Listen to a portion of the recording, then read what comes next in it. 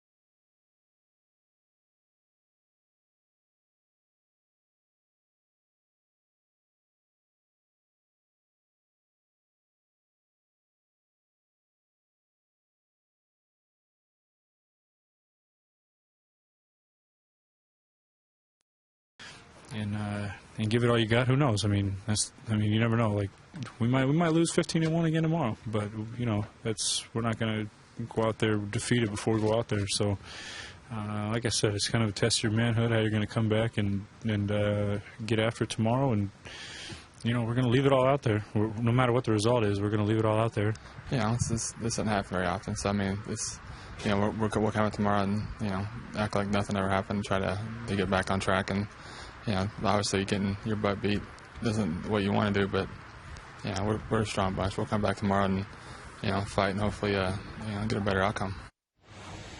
Well, those are some of the comments from last night, and of course this game, the game of baseball, no more mental grind in any sport than this game, and it was good to hear some of those comments last night. And a much different story here today, Rock. The Brewers out and a lot of energy and enthusiasm, and they had optional batting practice, and just about the entire team came out for early batting practice today. Man, one thing you got to focus on is the small things, the things that as a man, will lead to victory. Sometimes when you're in stretches like this, you're 0-4 in a homestand, an important homestand at that. You start focusing in on the big picture, wins and losses. You just can't do that. Well, let's see how Bruce Bochy lines up his Giants today. It's brought to you by Subway. Andres Torres, Freddie Sanchez, Aubrey Huff at the top. You've got Pat Burrell, Buster Posey, and Pablo Sandoval in the middle. Buster Posey since July 1st when they cleared room for him, hitting .520, by the way. And the bottom of the order, it's Renteria, Whiteside, and Zito. And we are ready for baseball. And the first pitch from Manny Parra is in there for a strike. Randy Wolf and Ken Maka in that Brewers dugout. The Brewers trying to get something going here for the remainder of this homestand. As you see the Blaine's Farm and Fleet defense, Inglet, Gomez, and Hart. The infield is McGee, Escobar, Weeks, and Fielder. And behind the plate is George Torres. Ryan Braun gets the day off today. His first day off since the 12th of May. Well, and Ryan needs it. I mean, he's been grinding up there at the plate, so you give England an opportunity. And there's nothing like, being on the bench. Not to say that Ryan's not going to come up later in the ball game, but much different than a team day off. You come to the ballpark, you don't take batting practice, you sit in the dugout and watch things unfold. Sometimes that'll snap you out of it. Torres and a base hit to right. Boy, this guy has had a big series here. Torres homered here last night, drove in 3 runs, and he starts it with a single. Our scouting report comes to you from Jerry Augustine. Early on Brewers Live, he talks about Manny Parra and the split finger fastball. That's how you grip the ball for a split finger. Fingers split, and the thumb here on the underneath. So what you do is, as you go through the motion now, as we're going to throw the ball, the arm action goes down. It comes up, and when you come down, you actually push on the thumb and come straight down where the ball skips out, and it has the funny motion and goes in a downward plane. Jerry Augustine from Brewers Live pregame as Freddie Sanchez bunts the runner to second base. Well, you notice Jerry had his thumb on one of the laces as he went across. That thumb is the last thing that leaves the baseball. That's how you get that tumbling action on it. Right here, you see the thumb right on this bottom lace. Ball comes out, and your thumb will actually grip that, and you get a little bit of a tumble, and that's how it dives as it gets to home plate. The squirting action. It's also one of the reasons why Manny Parra has thrown so many wild pitches. It's a tough pitch to handle. Parra leads the National League in wild pitches. He led the league a couple of years ago in that category. It's not that he is a wild pitcher per se, but that one pitch is tough to command, and it's one of the reasons why George Torres, for the second straight Manny Parra start, is back behind the plate. Yeah, that's why you want that split-fingered fastball. You leave that up. It's not a pitch designed to throw for a called strike. It's not a good pitch when it's up that high. You got to throw that ball in the dirt. Typically a very good 2-strike pitch, which is why Manny Parra also has that changeup, a changeup that he could throw for a called strike earlier in the count. Now the Giants with a runner at second base for Aubrey Huff, who has been their offensive star this season. It has not been a ball club that has scored a lot of runs. They haven't hit many home runs, but you'd never know it by the 3 games in this series. They have outscored the Brewers in this series 27-4. And a 15-2 win last night.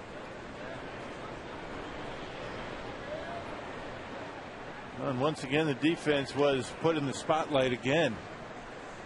A play that wasn't made. Next pitch, a home run. As you can see, Manny Parra, 9th start this year. He's 2-2 as a starter this year. ERA just under 5. A little bit disappointing, I think. If you'd asked Manny his last start, he was staked to a huge lead in St. Louis. Was not able to get through the 6th inning. Yeah, Parra just 5 2/3, facing Aubrey Huff here in this first inning, and Huff delivered last night. He is the guy who has really swung the bat well all season for the Giants. He leads in most of their offensive categories, and his home run last night was his 16th of the year. He was on twice last night, scored a couple of runs. Paying a lot of attention to Andres Torres at second. And they need to. He'll steal third base. He stole third base. What was it, last night? The night before? Actually, the night before was a double steal.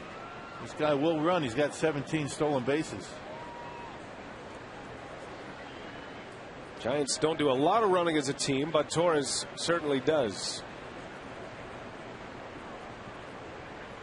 The 2-0, and Huff a big cut. Well, Manny Parra, the only left-hander in the rotation, and has enough behind that fastball where he could potentially get away with some 2-0, 3-1 counts. Throw the fastball by some hitters.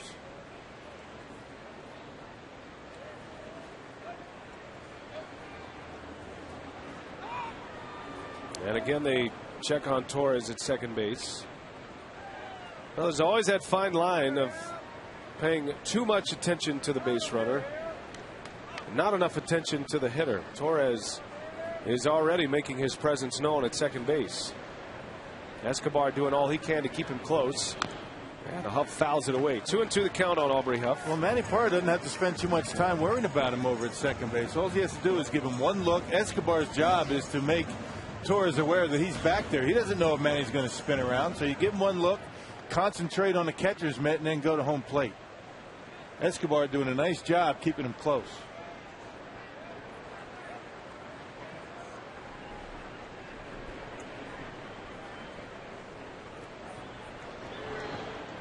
Well, there's an example of a spiked split finger fastball down in the dirt. That one bounced well in front of the plate. And Torres does a nice job to keep Torres at second base. You put yourself in a position where you might get lucky. Look how far in front of home plate this ball goes, and right off the chest. Well done by George. Aubrey Huff red hot on this current road trip for the Giants. They started in Colorado. And again, a step off from Parra. One thing you don't want to do when you have your shortstop break into the bag like that is throw home. You don't want your defense being that far out of position.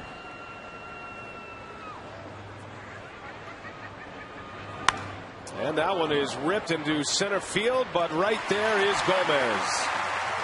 Huff hit it well, but Gomez tracks it down.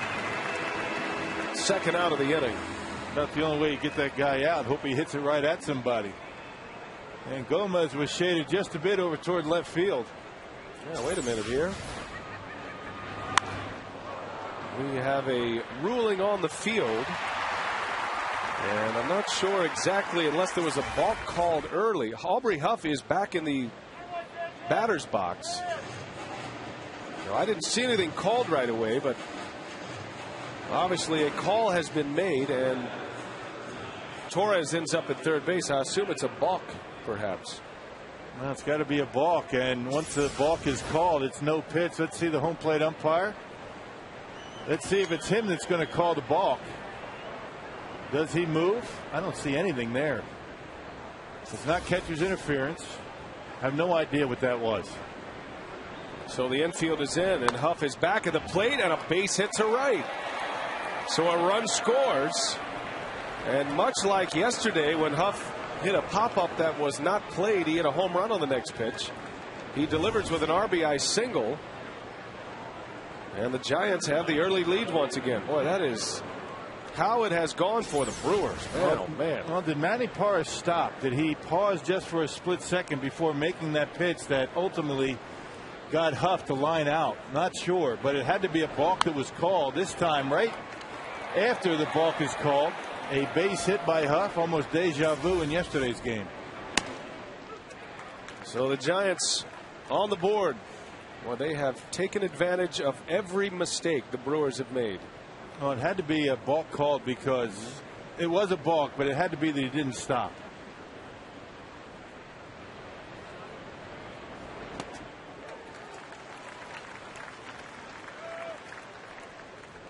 Pat Burrell with one away, and Huff over at first base.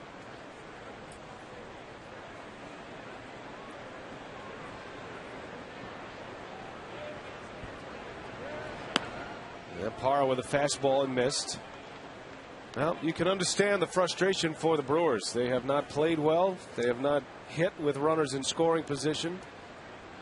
They haven't scored many runs in this series. Their pitching has been suspect as well, but they're hoping to get things turned around. It's got to turn at some point, you would think. It's been frustrating for the players, the fans. Well, let's see the ball, the pitch, the delivery from Manny Parra that was called a balk. Does he stop? 1/1000? Just a little bit of a bounce. I mean, that is ticky-tack right there. If that's called a balk on that, that's weak. It's got to be a 1/1000. He did change direction. It's not as though he went down and just continued to go to home plate.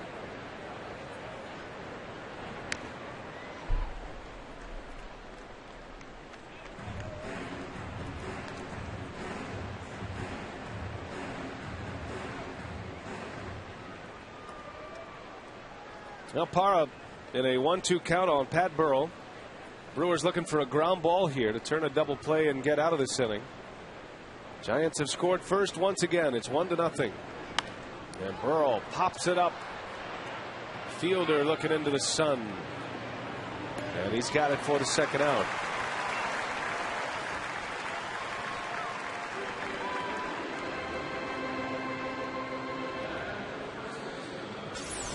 Well, let's see the difference in the ball call and the last pitch. The ball call is on the left.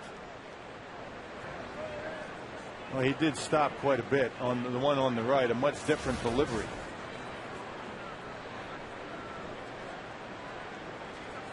So 2 outs, and here's Buster Posey, who has found Miller Park to his liking so far. Posey in the series is 7 for 11. 3 home runs, 8 runs batted in. That one's off the end of the bat. Inglet broke back, now coming in. And that's the inning. But the Giants get a run. They get a break on a call and deliver with an RBI. Aubrey.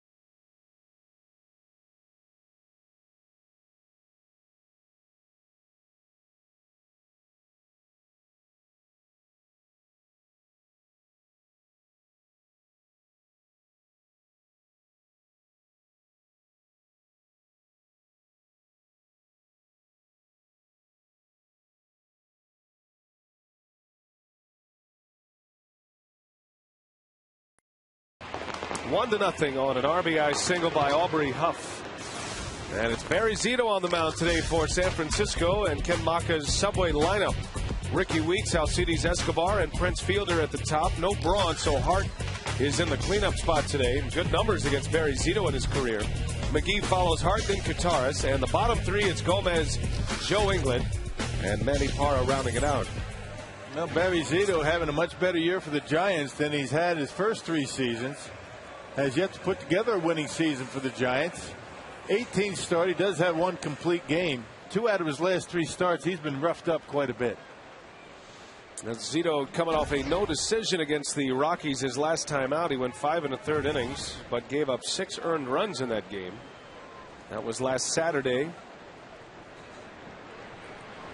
And Ricky Weeks to lead off. Weeks at .269 to start today. He's hit 15 home runs, including 1 here last night, and has driven in 51. And Weeks hits that one high in the air to center field.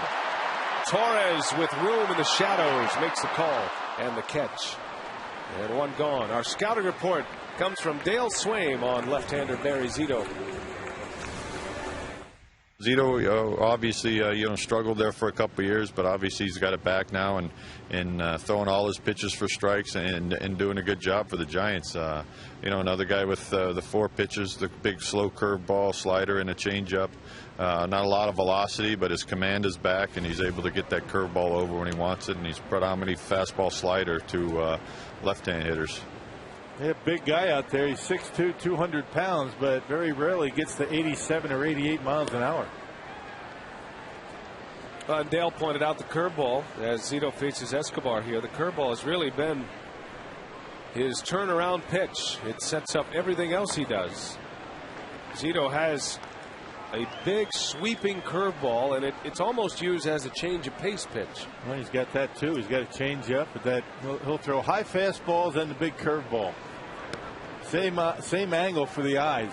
I mean, the ball comes out the same way for the curveball and the fastball. That's why he gets away with some high fastballs with not big velocity. Doesn't throw very hard, but still able to get some fastballs by hitters. Well, Zito has given up just 8 home runs all season. As Escobar advanced to the 2-hole in the lineup, draws the walk. He's on base for Fielder. The Giants defensively have Burrell, Torres, and Huff in the outfield. The infield is Sandoval, Renteria, Sanchez, and Posey, and a battery of Eli Whiteside and Barry Zito. Posey known as the catcher of the future for the Giants, but it's his second consecutive start at first base. Futures now for Posey. Swinging the bat well, very versatile. And after 15 runs on 18 hits, why would you change, right? It's the same lineup the Giants had yesterday. Fielder with a chance to do some damage here against Zito as he takes a strike.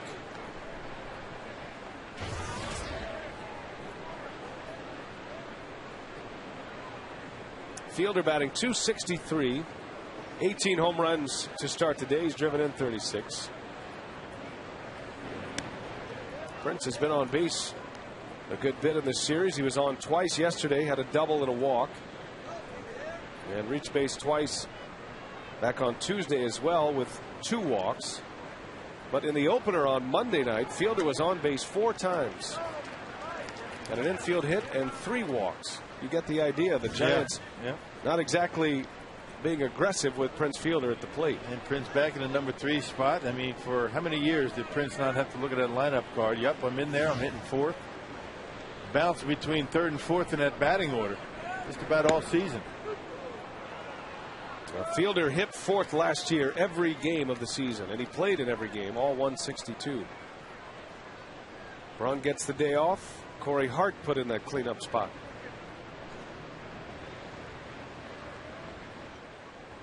Two balls, 2 strikes on Fielder. Escobar over at first. And Prince swings and misses. Down he goes on strikes. Yeah, it took a little bit off. 73 miles an hour from Zito on the breaking ball, and Prince way out in front. That big curveball, he left it right off the outside corner, and Prince, that's a tough pitch to lay off of. Comes in so slow, it's got the big break on it. Looks good to you, but hard to stay back on. So 2 outs for Zito, and here's Corey Hart, who becomes the 4th Brewer to hit in the cleanup spot this year. Fielder, Braun, McGee, and Hart have all hit in the cleanup spot. Corey has flourished in the 2-hole this season.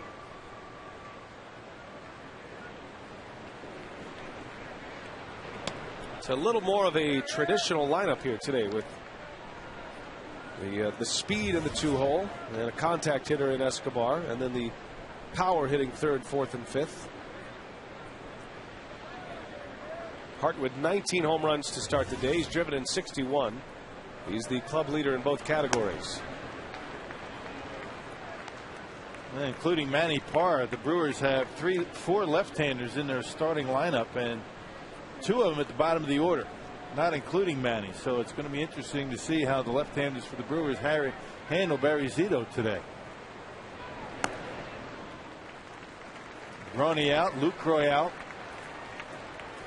A little bit of a makeshift lineup for Ken Maka.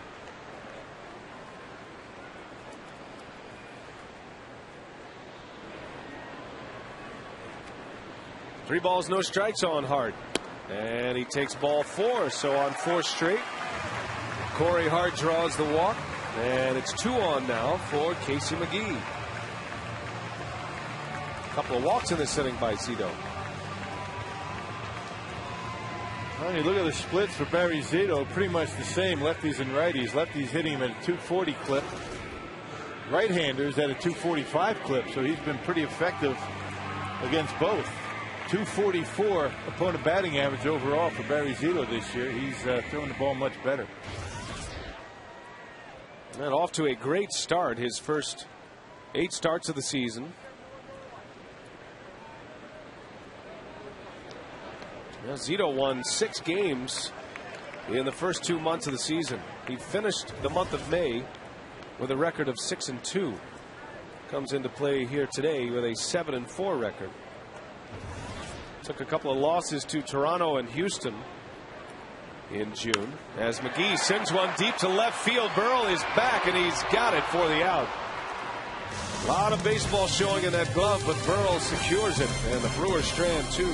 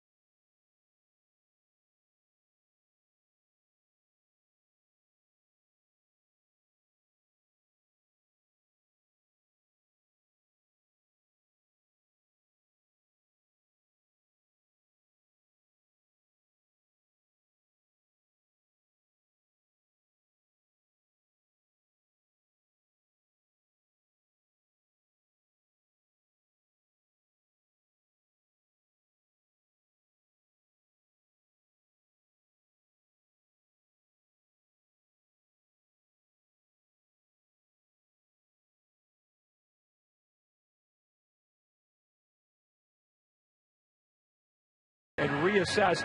They have a lot of respect for each other's jobs. They don't want to overlap their duties. But Ken Maka called it a refreshing meeting.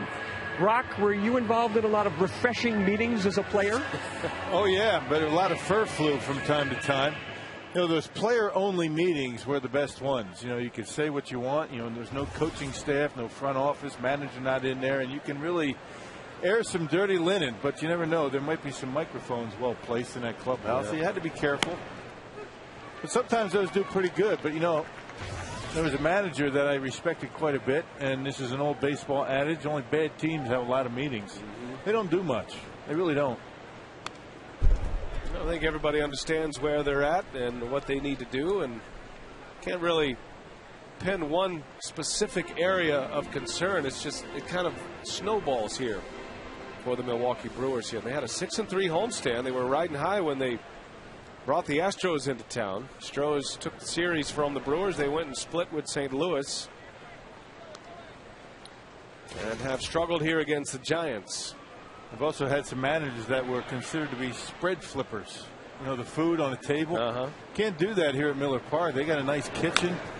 I mean, unless you beat it to death, you're not going to be able to do much damage. But used to have it on one of those fold-out tables, and you know, the post-game meal was laying out there nicely. Manager come in, just flip it right over. You guys don't deserve to eat.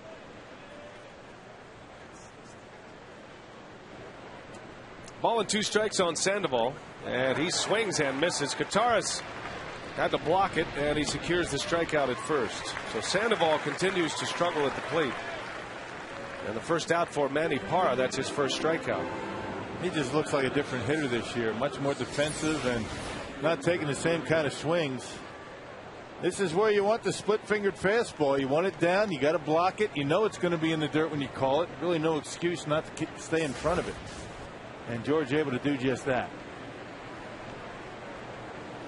So 1 out, and here is Renteria. Well, Renteria's had a good series against the Brewers. So many questions about his health. A couple of trips on the disabled list. Renteria had a 3-hit game here last night. Backhanded by Escobar. Long throw, one hop, and Renteria safe. Fielder trying to make a pick and a tag all at once. That'll be an infield hit for the Giants shortstop. At the baseball, and Renteria got to that spot just about the same time, knocked the ball off of Prince, and a base hit. A good effort by Escobar, just not able to get a lot on the throw or put it right where he wanted it, but a good effort.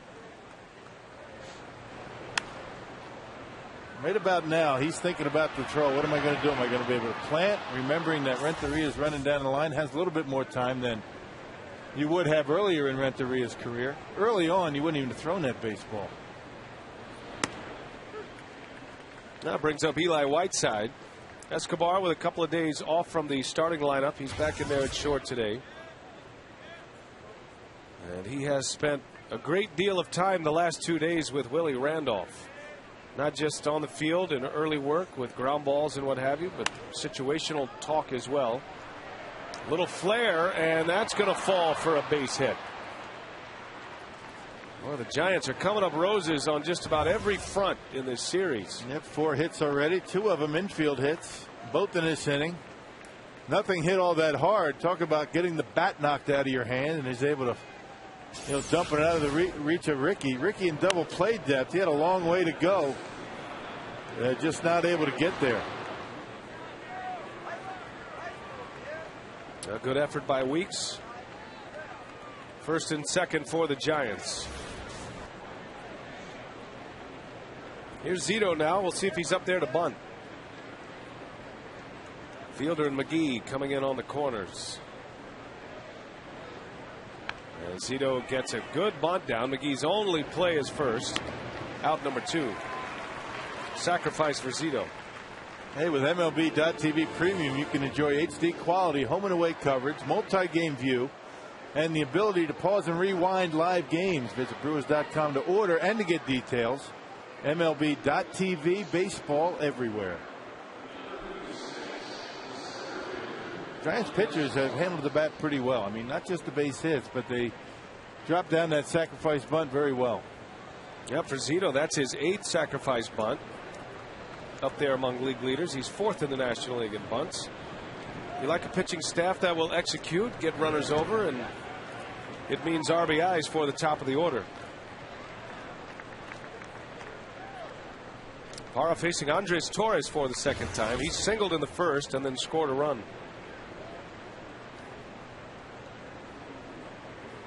Homered to start the game yesterday. One of 3 first inning home runs for the Giants in yesterday's game 3.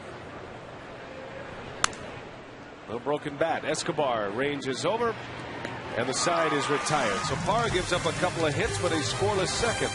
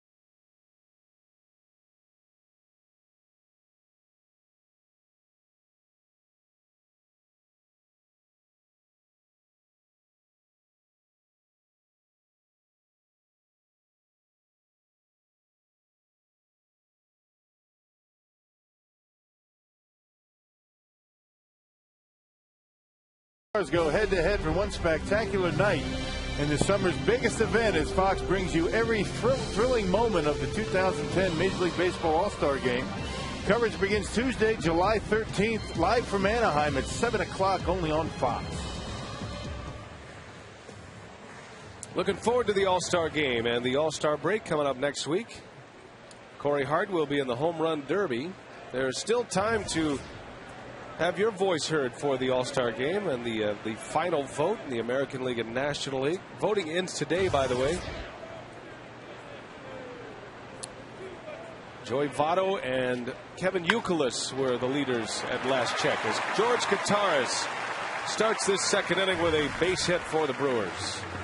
First hit against Zito, and it's a leadoff single in the second. Aggressive up there. George looking for a fastball to hit. He got one out over the plate.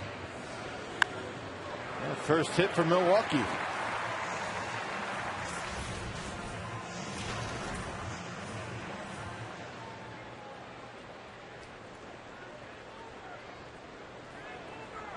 Now Torres aboard for Carlos Gomez. Gomez getting a lot of playing time this week against San Francisco. They put some lefties up there against Milwaukee, and the same will be true tomorrow. The Pirates come to town. They'll have Paul Mahalam on the mound, another left-handed pitcher. Gomez and Jim Edmonds in a bit of a platoon in center field, although Edmonds slowed a bit by a foot injury, an Achilles injury, which is why he was taken out of last night's game late. Matter of fact, Alcides Escobar, the Brewers shortstop, played right field last night in the ninth inning.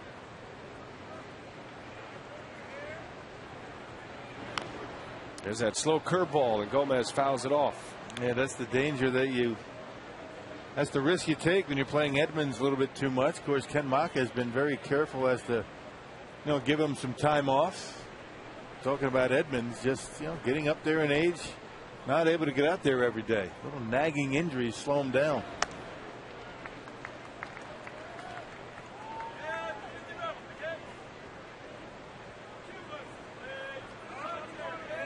Gomez at 225 to start the day with 5 home runs, has 18 driven in.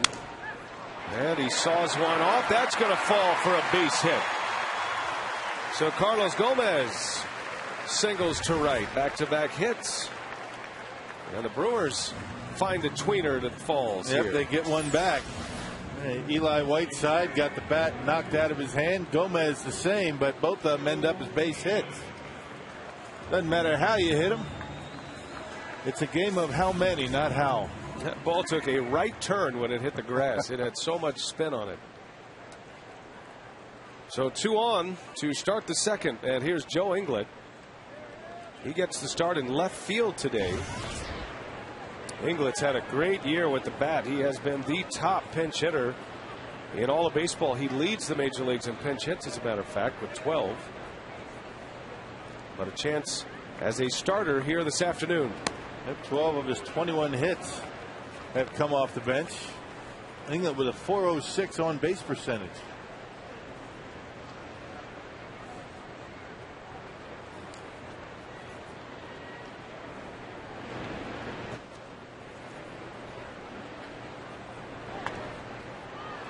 A little cue shot, long run for Sandoval, and he cannot come up with it. Be a tough chance for the Giants' third baseman. Yeah, Inglet, one of those guys. One of the reasons why he has such success as a pinch hitter. He goes up there with a definite plan, looking for a certain pitch in a certain spot. Covers both sides of the plate very well. We've seen him pull triples down the left field or the right field line. He'll spray the ball into left field. And not a bad fastball hitter. Inglet making just his second start of the year in left field. He's never faced Barry Zito until today.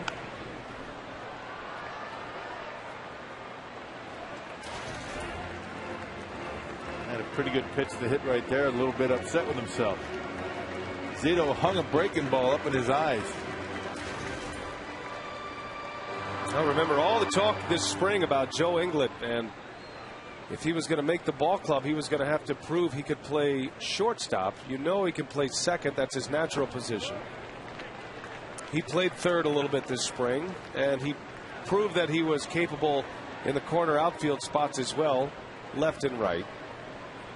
So all that talk about playing shortstop, and he hasn't played one game at the shortstop position all season. Not one inning. But he has taken advantage of his opportunity to come off the bench and be one of the Brewers' top pinch hitters, and usually the first option off the bench. Well, Ken Maka never said he was going to play there. He just wanted to know that he could. Just the option.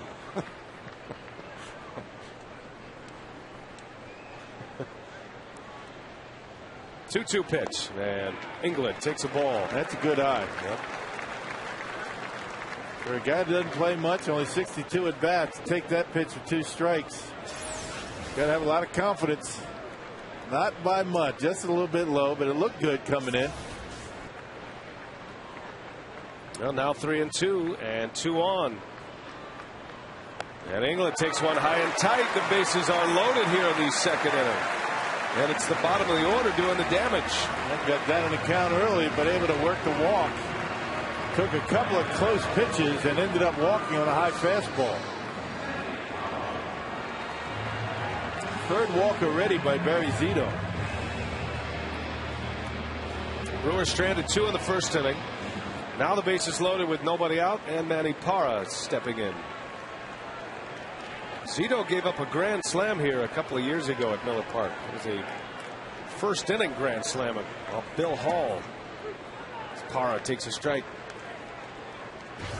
Zito's season high in walks came back in May, 7. He walked 7 batters against the Padres. Big cut by Parra.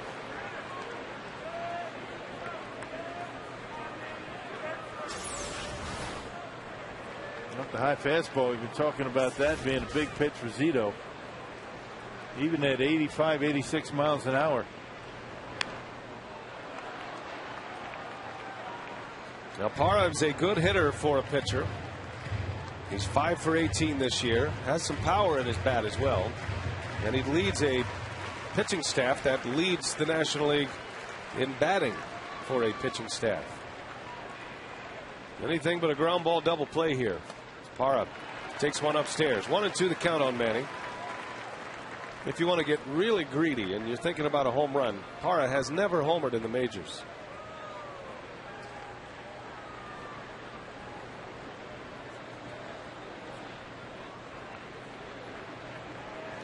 The 1-2. Oh, it lays off. Good take from Manny Parra. That is an out pitch for Barry Zito in a lot of cases. Yeah, the slider to left-handed hitters. It looks good all the way until just the last moment. Down and away. Let's see if Manny can run into one here. The 2-2 and a swing and a miss. Down he goes on strikes. And a high fastball, tough pitch to lay off. Well, he worked the count, got it to even, and then chased a high fastball. That's what Zito does. It's a good compliment to that overhand curveball.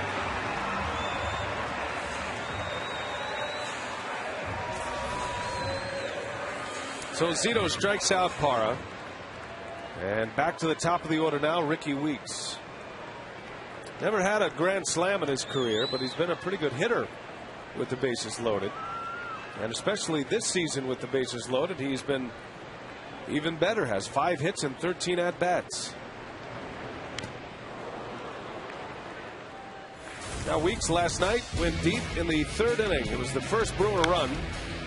And it was out of here in a hurry. Powerball home run number 15 for Ricky Weeks. And a 1-for-5 night last night. Let the line drive out of here. Nobody hits him harder than Ricky Weeks. Well, the Brewers are very fast on the bases here, especially at second base with Gomez. A base hit should put him ahead.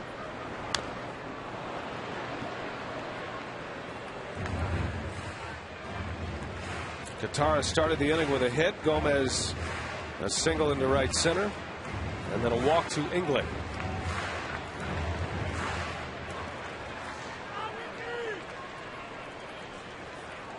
Batting with runners in scoring position has been an issue in this series.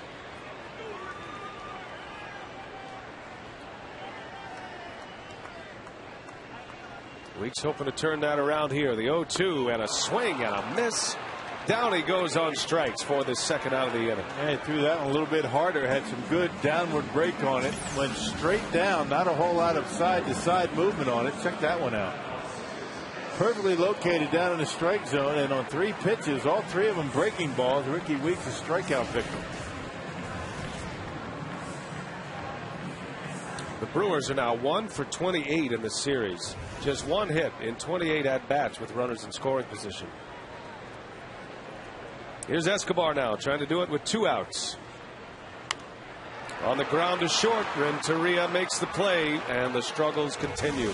Bases loaded, nobody out. Zito gets out of it.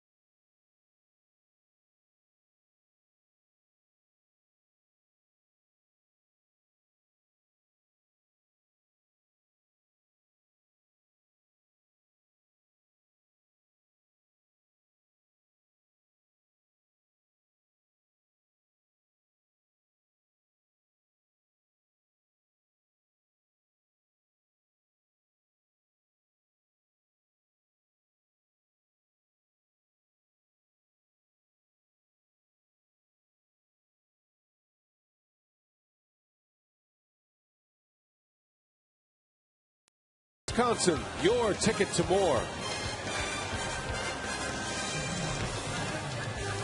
Well, the Brewers let an opportunity go by. They had the bases loaded with nobody out. They cannot score. Barry Zito retires Parra, Weeks, and Escobar. And it's still 1-0 Giants as we head to the 3rd inning. Parra back on the mound facing Freddie Sanchez to lead off.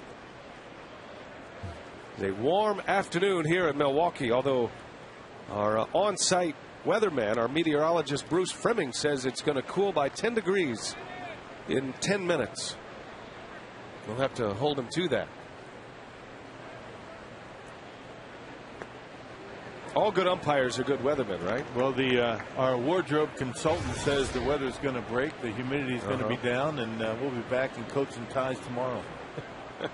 Looking forward to that. The good news just continues.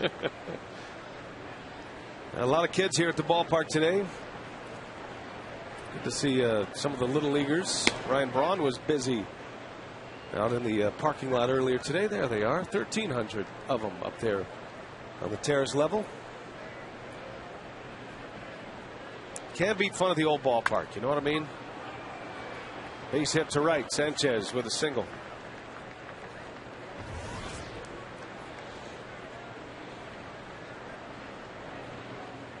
See, now I grew up in a town without Major League Baseball. You know, it was a 3-hour drive to the nearest Major League Baseball park. You mean every little city in Texas doesn't have a Major League Baseball team? They could probably support one, right? But only 2 have been offered at this point. What are they thinking? Not sure. But I used to think growing up, man, to live in a city with a big league ball club, you could go to a game whenever you wanted. Yeah. How great would it have been to, you know, during the school year to go on a field trip to the ballpark? We used to go to the planetarium and the museum, all those boring spots. The bread factory. Joe Inglett's got a long way to go, and he slides, and that ball is foul, and it'll bounce in the seats. Inglett gave it a good effort.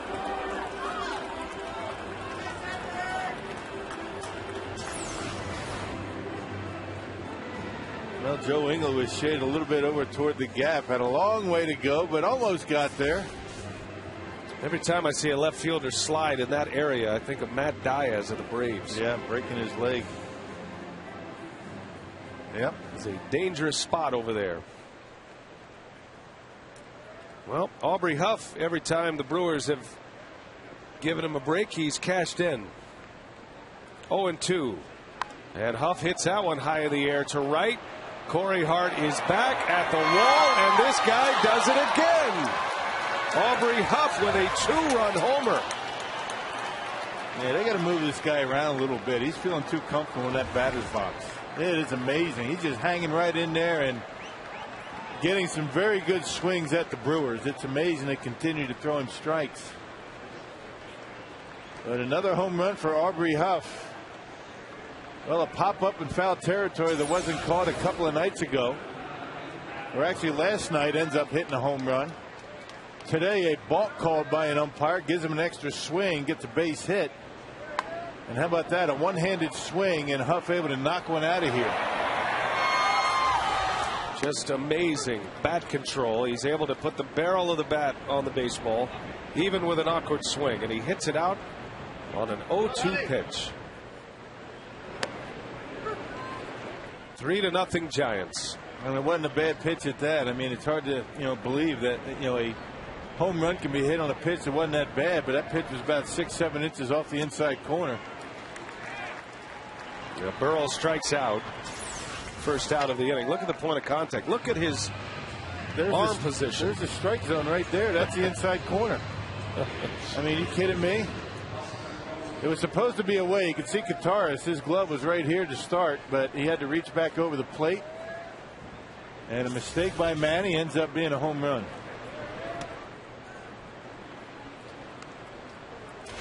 The key to hitting, find the barrel.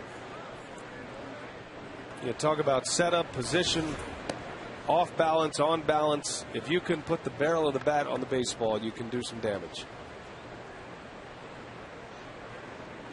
What a series he's having. Aubrey Huff has driven in all 3 Giants runs here today.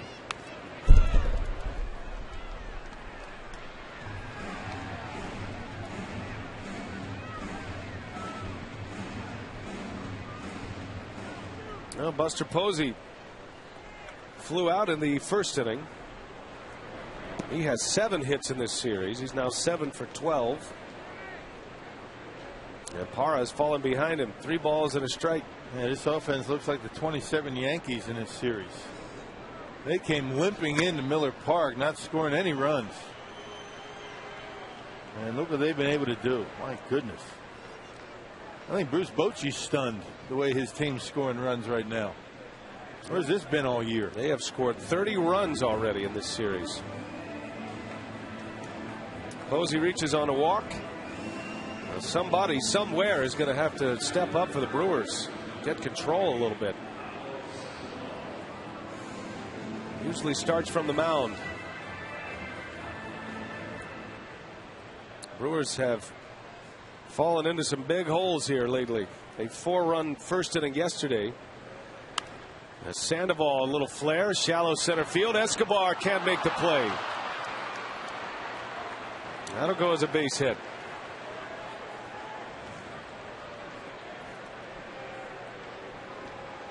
Well, tough play for Escobar. He was in double play depth, making it a little bit easier to get there, but he got there. The ball on the glove rolled out, and probably a play that should have been made, but it'll be a base hit. That would be a tough error. And the official scoring has just come down as an error. Wow. So an E6 on Escobar. That's a tough error. I mean, that's a tough play. So here is Renteria now with 2 on and 1 out. You understand if he's camped or even slowing down. But he went out for it. He had it in the glove. It came out. They're going to give him an error. Tough error to get.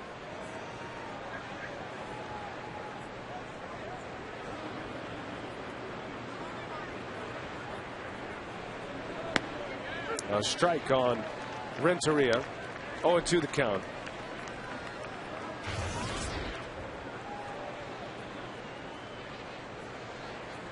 Renteria reached on an infield hit his last time up.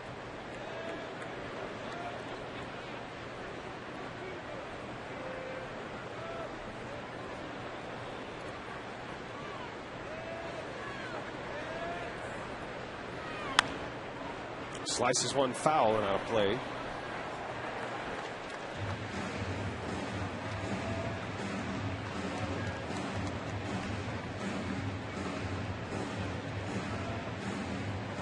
Well, Renteria was in a long hitless drought until last night. Was 0 for his last 16 until his 3 hits last night. Has had leg issues this year, a groin strain and a hamstring problem that has him twice on the disabled list. Missed most of the month of May on the DL. Well, before this series, I mean, none of the Giants were swinging the bat all that well. Aubrey Huff had come in swinging the bat well, Posey, but really nobody else. They're all swinging it well right now. The 1-2 pitch. 2-2.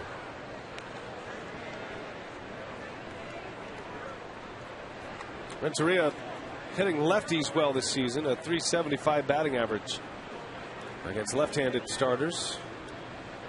One of the reasons we've seen him so much in this series. Well, that and the fact that Juan Uribe has got a finger problem, got a sprained finger. He's been out a few days. Second in the team in home runs is Uribe, and he's a shortstop.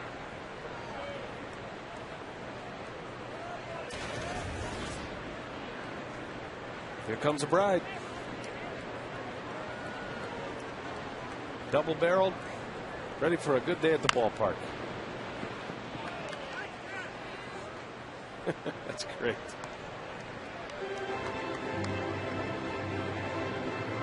That's a keeper right there. You get married and come to the ballpark. What's better than that? And 2 beers. 2. Boy, lucky man.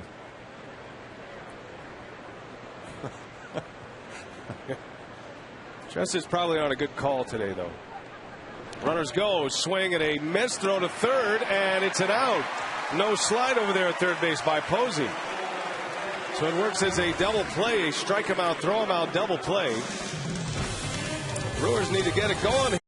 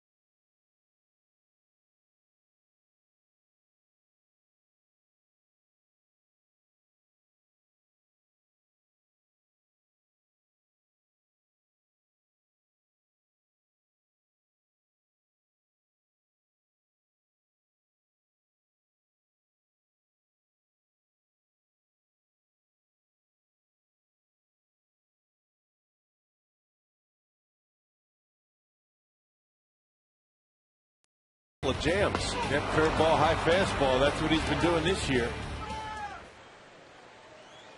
Now you can't really get much mileage out of an 85 to 86 mile an hour fastball if you're not throwing that curveball for strikes. The fact that he's able to throw that for strikes makes that fastball much more effective. That was the problem that he had his first 3 years with the Giants. The curveball wasn't a very good pitch for him. Wasn't able to throw it all that well. Didn't have a sharp break on it, but all of a sudden he's found it again.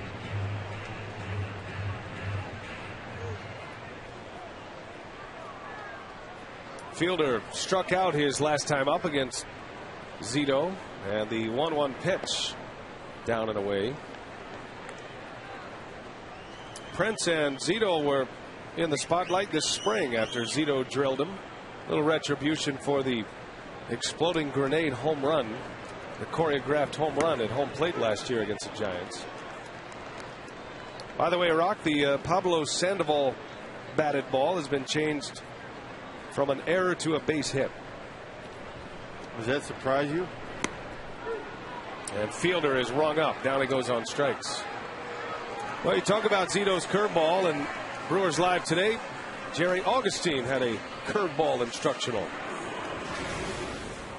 And the way you grip that ball is nothing more than taking holding with the grip, raising the fingers and rotating the ball up, so you kind of cup the ball. You're kind of cupping the ball in the seam with the middle finger and with the thumb underneath here. So what happens is when you throw that ball, a little bit different in arm action comes up, and right when he gets to his ear, he turns and takes the ball, the hand goes towards the ear, and then he pulls it down so you get that tumbling spin. And you want to do it with four seams, and it goes in a downward plane. That's some good stuff right there. It's a man who knows a thing or two about a left-handed curveball. You know, there's not too many people that I know that are better teachers of the game of baseball. Not just pitching. I mean, Wally was a pitcher, and he knows pitching very well. But every facet of the game, Jerry's very good at explaining it to young people and and to the average baseball fan. He's very good at that. You know, he's the head coach over at UW Milwaukee, the baseball program, for many, many years, and you can see why. Explains the game very well. Corey Hart against Zito with one away in the third inning. 3-0 Giants. Aubrey Huff has driven in all three. Now the rumor mill continues to swirl between Hart and the Giants and a number of other clubs that are interested in a right-handed power bat. The Cliff Lee sweepstakes have taken a new turn as well. It's not a new turn if you listen to Brewers baseball, as we were talking about the Texas Rangers in there heavy on Cliff Lee last week, but the Rangers now appear to be poised to make a move. They certainly have enough prospects. There's a base hit by Hart. So Corey Hart delivers with a single. Carsoup.com email the booth question: what are the unwritten rules of baseball when it comes to a hitter or to hitting an opposing batter? Trey from Sparta wants to know. Unwritten rules? Well, you don't want to go after the head. We talked about that yesterday. I mean, a hitter, there are certain times in certain situations that, hitters perhaps may expect to get hit by a pitch. You do something might be going on in a game. But the one thing you can't do is throw anywhere around the shoulders. You don't want to do that. I don't care what a guy does. You get him in the ribs, guys will drop the bat most of the time and just go to first base. But you start getting up around the neck area, then you're asking for trouble. That's when the fights ensue. You start messing with a guy's career when you're doing that. And that's at any level. Now, Zito against Fielder in spring training this year threw him an 81-mile-an-hour fastball right into his backside. Okay, that's not going to hurt very long. And I think Prince, if you ask Prince, he was expecting something along those lines after the exploding bomb against the Giants, the walk-off winner. Now the Brewers with Prince at the forefront and Ryan Braun together with the team this spring basically said, there are a lot of things that we're doing that is upsetting the opponents unnecessarily. We need to tone some things down with our baseball etiquette, like the untucking of the shirts, the excessive watching of home runs and what have you. Little pop-up by McGee, and that baseball is going to fall. And now Hart into second base. So a couple of flares are finding holes, and maybe a sign of things to turn it around for the Brewers. Yeah, good base running by Corey Hart, realizing that he kept sneaking down further and further down towards second base, thinking if Sanchez catches the ball, he's going to have to spin around, and he would still be able to get back to first base. But a little jam shot, a knuckle sandwich, and just out of the reach of Sanchez, and Corey Hart able to cruise on into second base. See Sanchez thinking, I might be able to get the runner at second, but nothing doing with Corey out there. Well, so 2 men aboard here with 1 out. The Brewers have left 5 on today and need somebody to come up with a big hit. Torres takes a strike.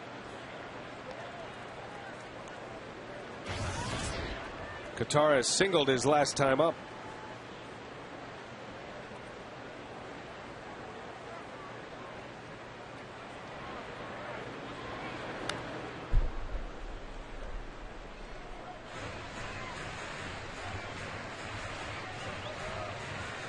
I'm anxious to see if any trades will be made prior to the All-Star break. Typically, you'll see a little bit of a splash. Remember when the Brewers acquired CC Sabathia, he actually made 2 starts before the All-Star break for Milwaukee. Well, certain players, they're going to be free agents at the end of the year. The earlier you can pull off these deals, the more you may actually receive in return for a big star like a CC Sabathia. The longer you wait, the fewer starts a guy like that's going to be able to make for you, the less you're willing to give up, because you're not sure if you're going to be able to sign him and keep him after that particular year.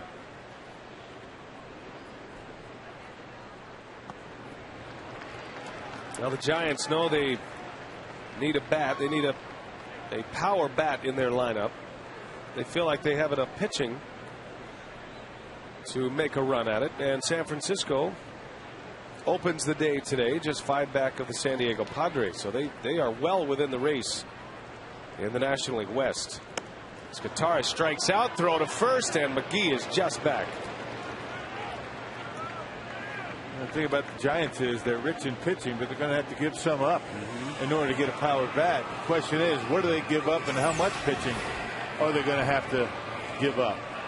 Another high fastball, this one off the plate, and Casey able to sneak back into first base. Good throw by Whiteside, trying to help his pitcher. So 2 outs, still 2 on, and here's Gomez.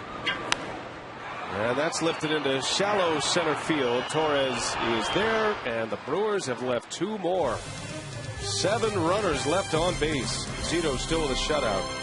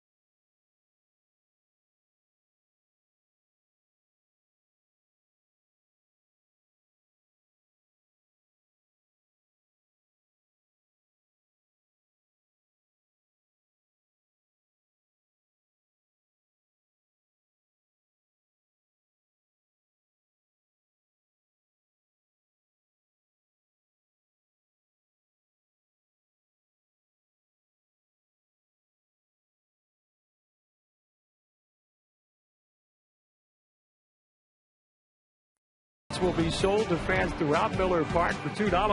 50% of the net revenue will be awarded to a lucky fan every game, with the proceeds going to the foundation. Over $330,000 has been raised so far this season. All right, Mark, thanks a lot. That 50-50 raffle has been a big hit this year, and it's a great cause and good idea by Cecilia. Yep. A warm afternoon in Milwaukee. 3-0. The Giants lead the Brewers. And this game, at this point, looking a lot like the other games in this series. Brewers have had their opportunities. They've had at least 2 base runners in every inning against Zito, but have come up empty. And now Manny Parra looking for a shutdown inning as the shadows begin to creep out toward the mound. Well, this is the part in the game in the first 3 games of this series that the Giants have been able to put up some big runs, middle innings. Hopefully Manny's going to be able to settle down and put up a 0. He could use a 3-up, 3-down inning. 2 balls and a strike on Whiteside. 3-1 the count on the Giants catcher, batting 8th in this lineup.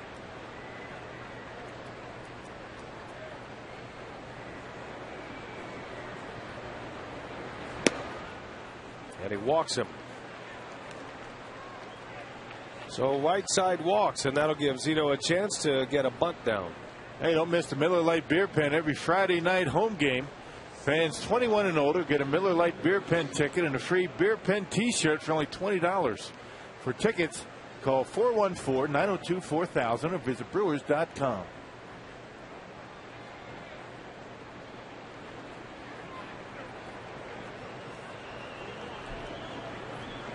Zito takes a ball.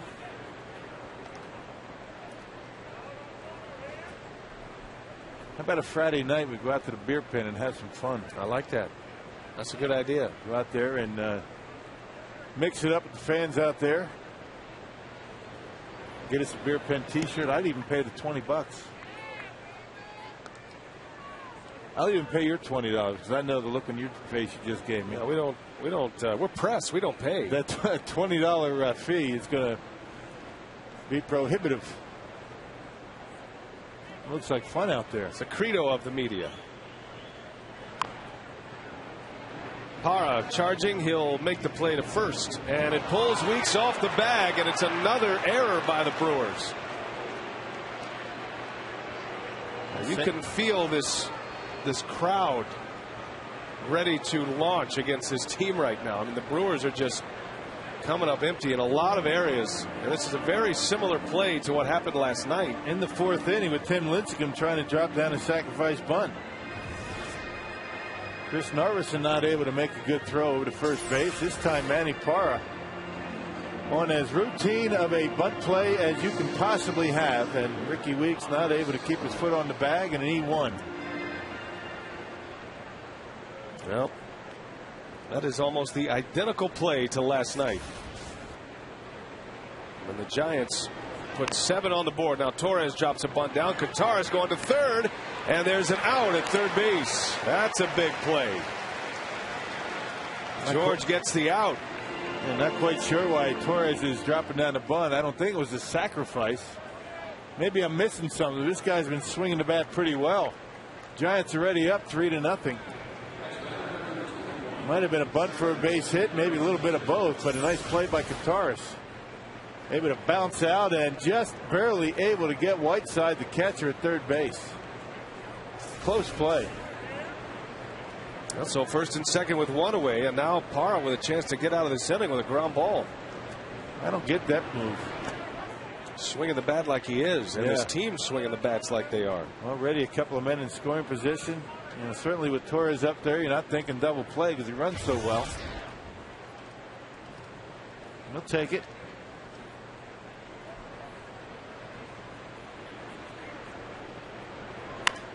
Bouncing ball, and that's fair. It gets by McGee and down into the corner.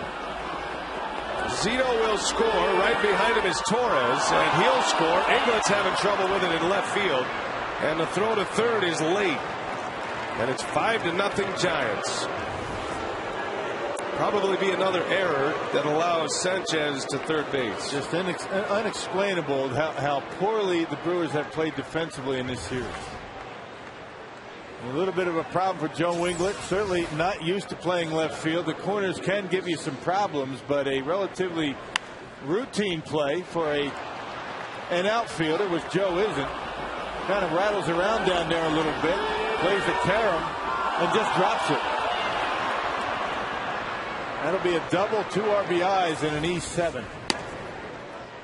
And it's the second error of the inning. And just dreadful defense.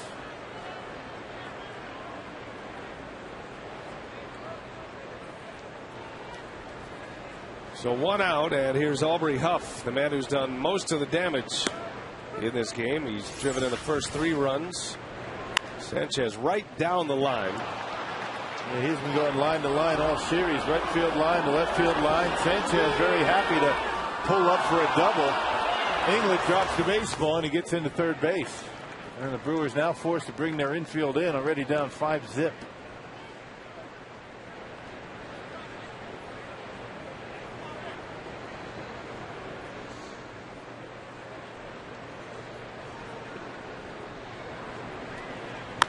That one's well hit. Center field. Long run for Gomez. He makes the catch. Oh, what a play. Carlos Gomez. That'll be a sacrifice fly for Huff. Some kind of catch in center field. Wow. Well, that's the only way you get that guy out. He hit the ball right on the nose, but right into center field, and Gomez making a heck of a catch. He went across, took a little bit of a circuitous route, but able to make up for it. An over-the-shoulder catch on a line drive over his head. Well done by Carlos Gomez. 6-0 Giants, and even a Gold Glove center fielder impressed with that, Jim Edmonds.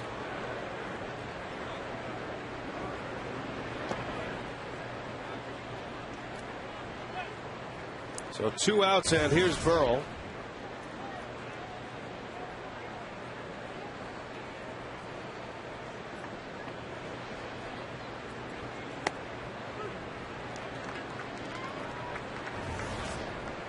Torres given up 6 runs on 8 hits. Burrell in the air. Weeks with the glasses down. Hart and Gomez, and it's Gomez who makes the catch. Inning is over. Somebody go get a live chicken. The Brewers need to turn it around here. They're down 6-0.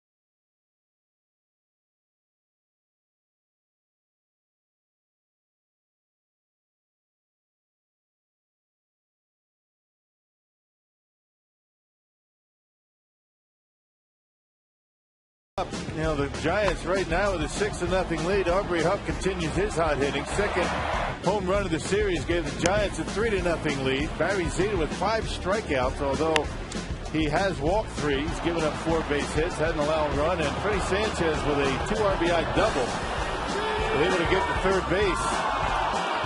on the error, the second error for the Brewers in the inning.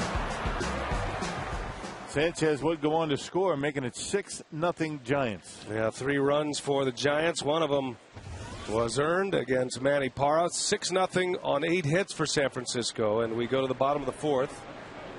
And it's England who will lead off. 4th inning has been the bad inning for the Brewers lately.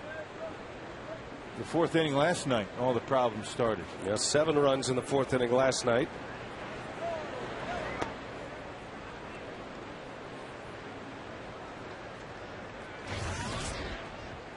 Last time up, England walked. Brewers have certainly had their chances today. A couple of walks in the first.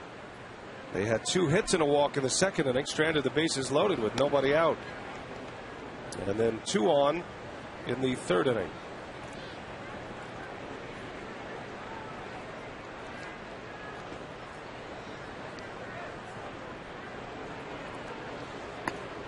On the corner, a strike. And you just see this team pressing. I mean, they're pressing on the mound, they're pressing defensively, and they're pressing at the plate. It's the only way you can explain what's going on. Everybody is really on pins and needles, walking on eggshells, and waiting for the axe to fall on them. You know, you just can't play baseball that way. We just got to grind right through it. It's not lack of, trying or lack of concentration. I mean, I think guys are just going out there trying to do too much, thinking too much, worrying too much about what's going on, and not going out there and just playing baseball. That's the only way you can explain a breakdown on all facets of the game. Yep. England draws a walk to start this 4th inning. That's a good start. AT&T trivia today. Who was the Brewers' lone representative the last time Anaheim hosted an All-Star game? Back in 1989. The Bo Jackson game. Yeah, that was my first year with the Angels.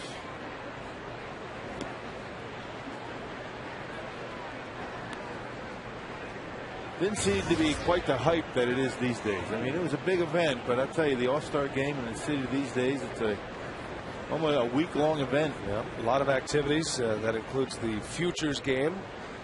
Some of the bright young minor league stars playing a game. A little bit of a showcase there. Then you have the Home Run Derby. All-Star game next Tuesday.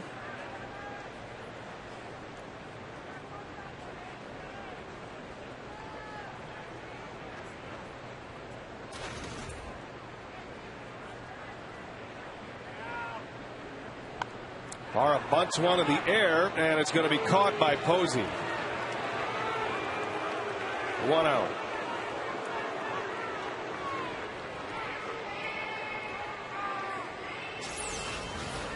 They're just not able to execute. You've seen the Giants pitchers going up there, dropping down their bunts. Manny pops it up, and a nice play by Buster Posey.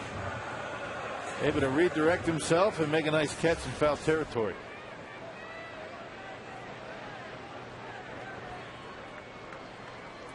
So Ricky Weeks here with 1 away. 0 for 2 against Zito today.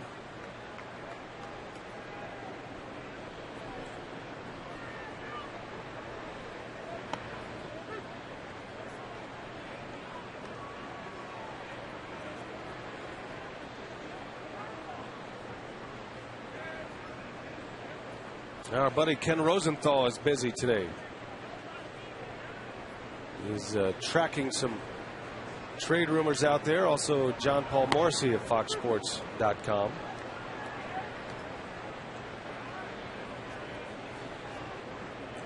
You got big plans tonight for the LeBron James announcement?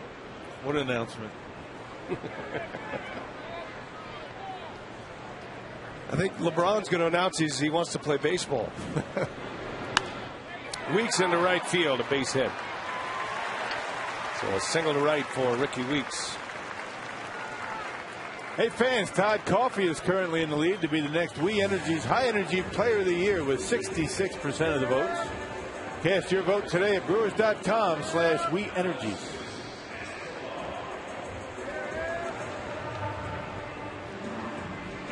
So John Paul Morrissey and Ken Rosenthal have the Texas Rangers as the front runners for Cliff Lee right now.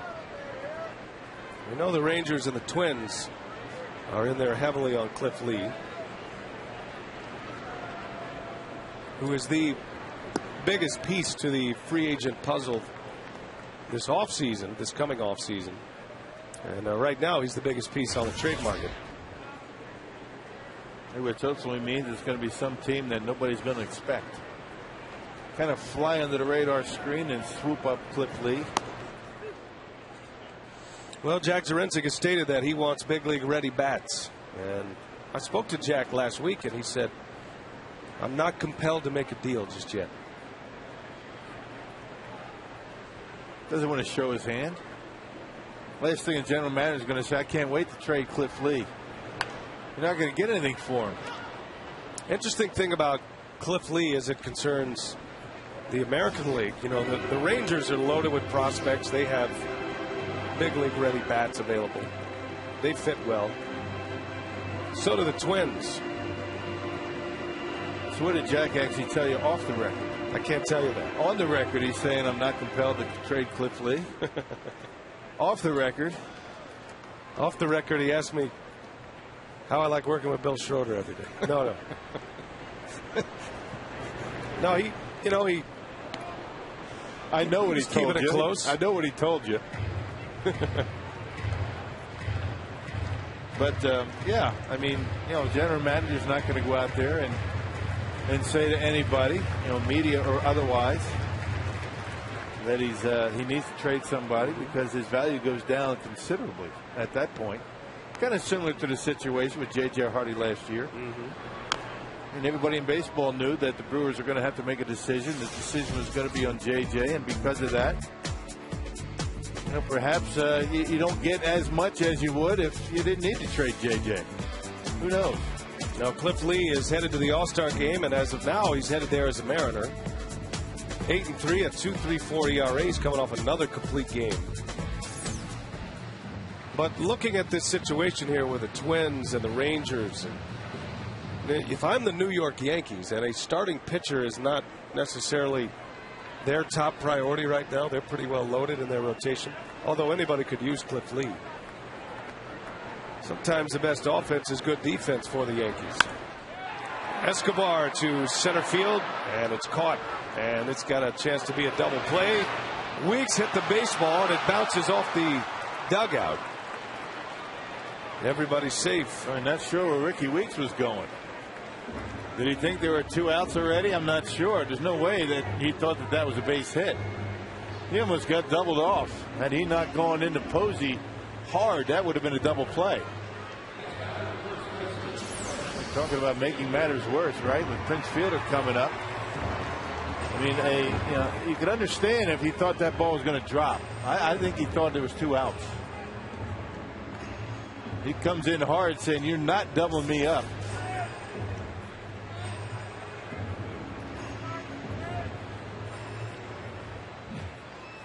All right, here's Fielder now.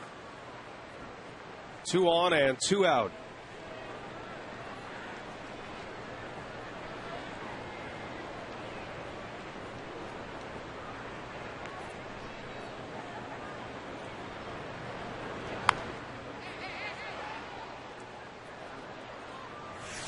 See the Powerball home run leaderboard to start today. Hart with 19, Prince with 18 on the year. Joey Votto leads the league in home runs with 21. Yeah, Brewers now second in home runs to the Cincinnati Reds. There's a strike. 0-2 on Fielder. Zito struck him out twice.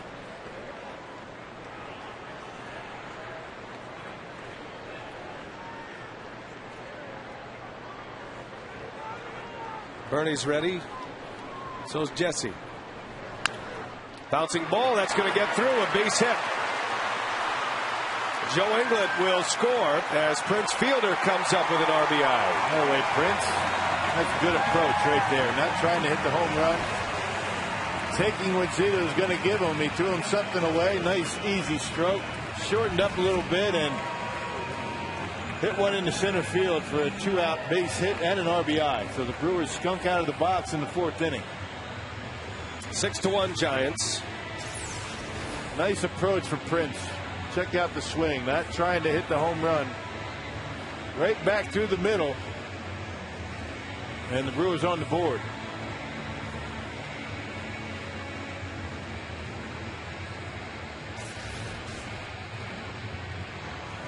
Now the big fly. Get right back in this game. Yep. Well, you have to feel the Giants thinking they have the Brewers under their foot here. If the Brewers can do some damage in this 4th inning, and that's probably why Righetti makes the trip to the mound. They're right back in it, and they've got their best home run hitter coming up in Corey Hart.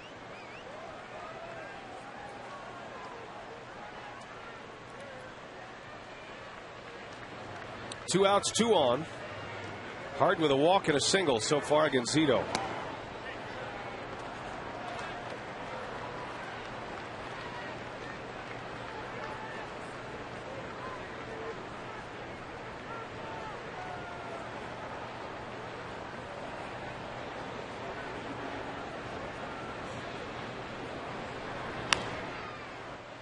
Count evens a ball and a strike. They pulled the string on him, a 1-0 pitch, and looked like Zito gave him a changeup, something off speed, about 75 miles an hour, and Corey out in front.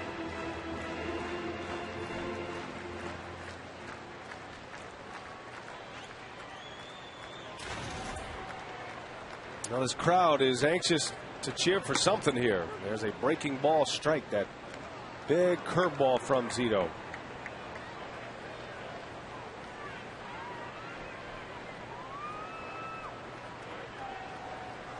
Weeks out at second with Fielder at first. Prince driving in the first Brewers run. And Hart over to third. Sandoval to second. And the inning is over. So the Brewers leave 2 more. They get 1 on the board. 6-1 Giants as we go to the 5th.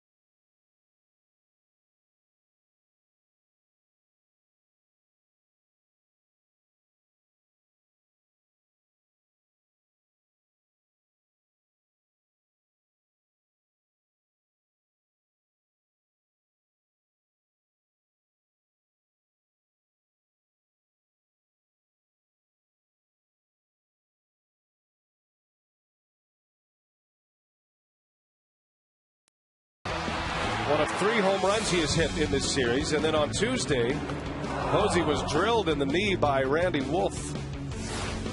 And he came back last night and hammered his first grand slam. And on the first pitch, he lines one back up the middle for a base hit. Hitting .500 so far on the road trip, 12 for 24. So he has really burst onto the scene, doing a nice job in the middle of this Giants order.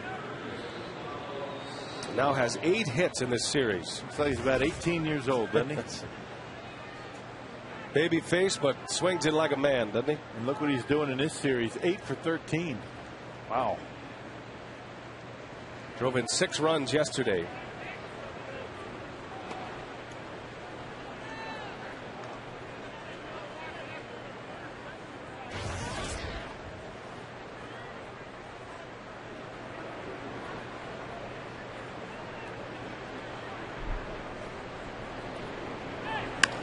Sandoval rips one to left. Back-to-back hits to start the inning. 2 on for the Giants. AT&T Trivia, we take you back to the All-Star game in Anaheim. Back in '89, the lone Brewers representative. Dan Plesac still holds the franchise saves record. Hey, he could throw, fastball, slider. He was dominant in every ballpark that he ever pitched in except for Arlington Stadium. Is that right? He used to tell me he used to wake up in the middle of the night in the winter with cold sweats thinking about that at Anaheim ballpark. He scuffled there.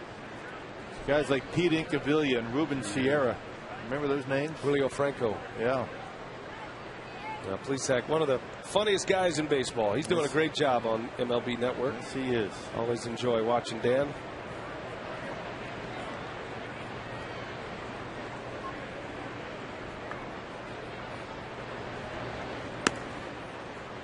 You know who Plesac's a big fan of? The Panda. How could you not be a fan of the Panda? I like the nickname. It's got the sound effects and everything. It took me about midway through the season last year to realize he was named after a cartoon. I couldn't figure out why they were calling him that. He looks like a panda. He didn't look like a panda. The movie. Right. With Jack Black as the voice. Kung Fu Panda.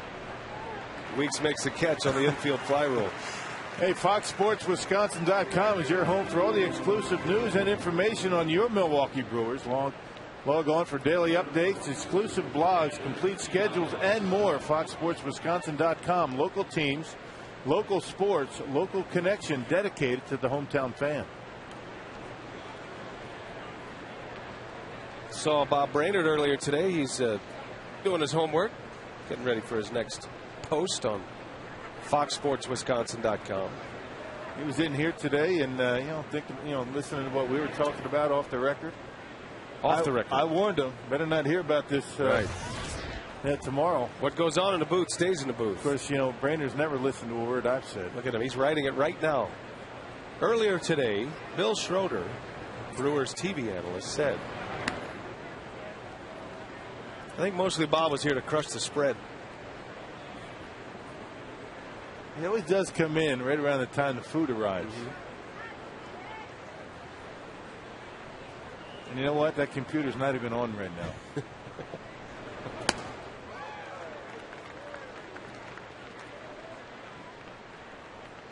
Eli Whiteside at a 2-1 count. He's been on twice today.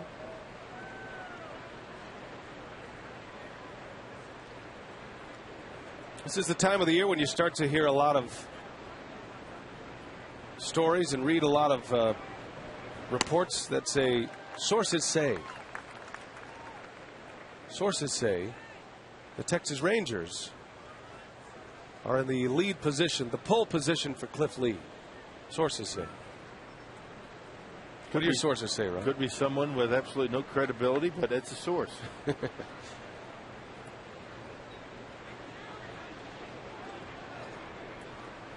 2-2 and a foul straight back.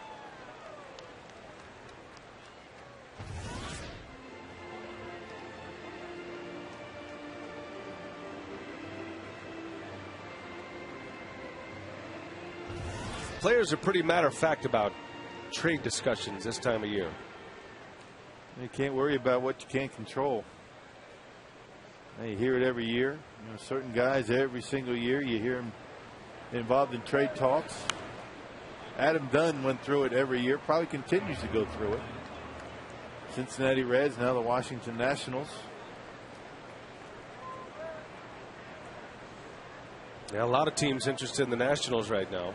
Steven Strasburg is not available, by the way, if you're wondering. It's good that we got a Strasburg He update. is an untouchable. He'll face the Giants tomorrow, Ron. It's Matt Cain and Steven Strasburg tomorrow in D.C. Yeah. We'll get to talk about the Giants again tomorrow. Oh, yeah. We'll have video of that for sure. There's Matt Cain. We might just double box that situation. Yeah, I'll tell you, Matt Cain, I'll tell you, he's played second fiddle to nobody in the National League. He's having what would be considered a down year, but Cain is a guy that he's a long-termer. And you figure he is ready for a big second half.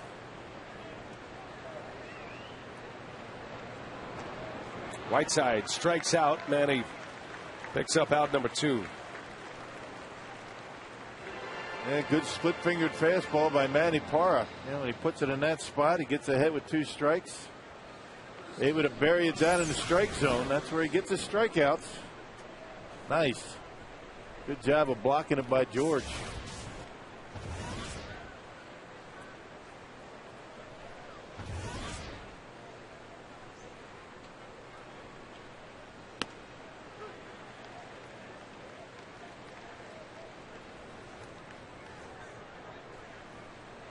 Zito with 2 outs and 2 on. He dropped down a bunt in the second inning. Dropped down a bunt, reached on an error his last time up.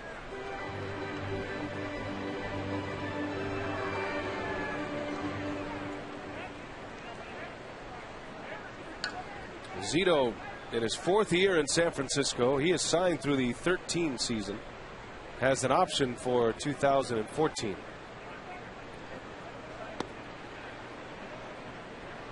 At the time he signed his contract, prior to the 07 season, it was the largest signed by a pitcher for the Giants. He signed a deal over $130 million. Down he goes. Parra strikes him out. The inning is over. We head to the bottom of the 5th inning.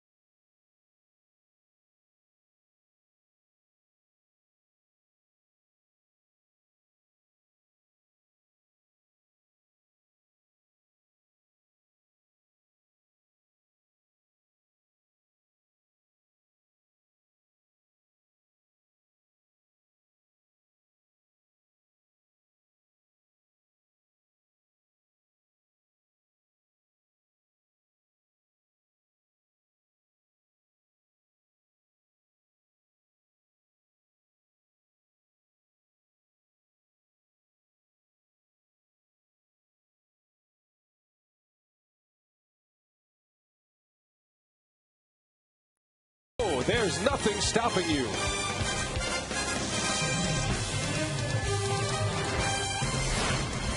I really commend the young people that are participating in Little Brewers. I hope you guys have all enjoyed your experience. Congratulations to U.S. Cellular and the Boys and Girls Club for making sure that young people have constructive activities to do. Baseball's been a huge part of my life throughout my youth, and it's really been instrumental in making me the person and the baseball player that I am today. That was Ryan Braun earlier today out at Huff Field, and the 1,300 Little Leaguers in attendance. Good for Ryan to get out there and make an impact. Well, those kids are wide-eyed when he comes walking in wherever he goes. Oh, you bet.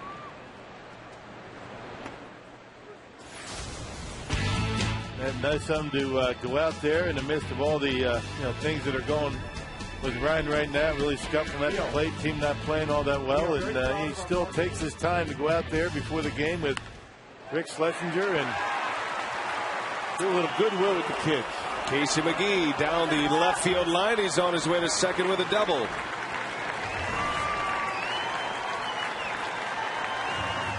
So McGee with his second hit.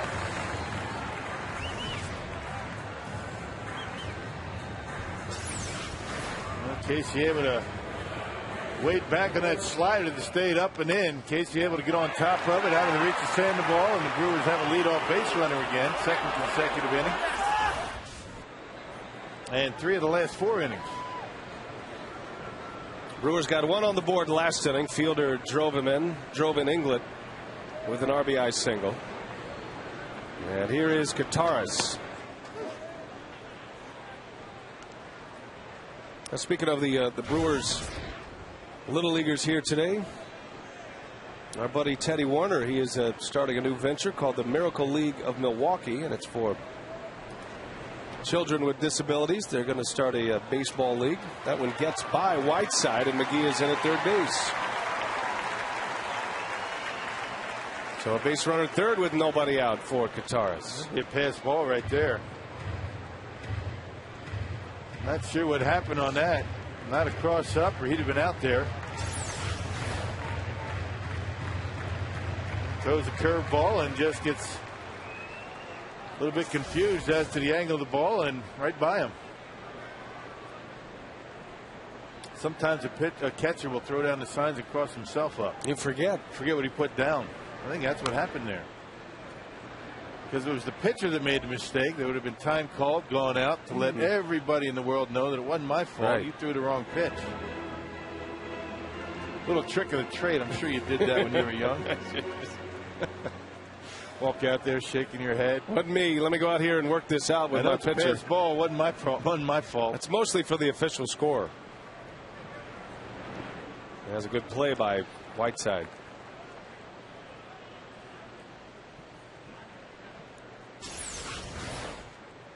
Trying to keep that breaking pitch down in the zone with 2 strikes, and Whiteside sliding over and saving a run.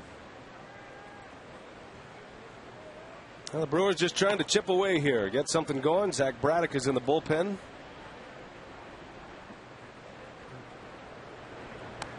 In tight, and it's 2-2. 6-1 San Francisco. And again, the 4th inning, the nemesis inning for Milwaukee. The Giants scored 7 runs in the 4th inning last night. They got 3 today.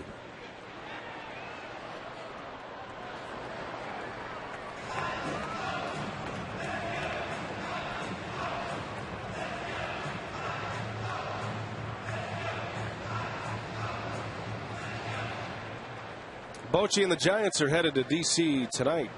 Mentioned that matchup with Strasburg and the Nationals tomorrow.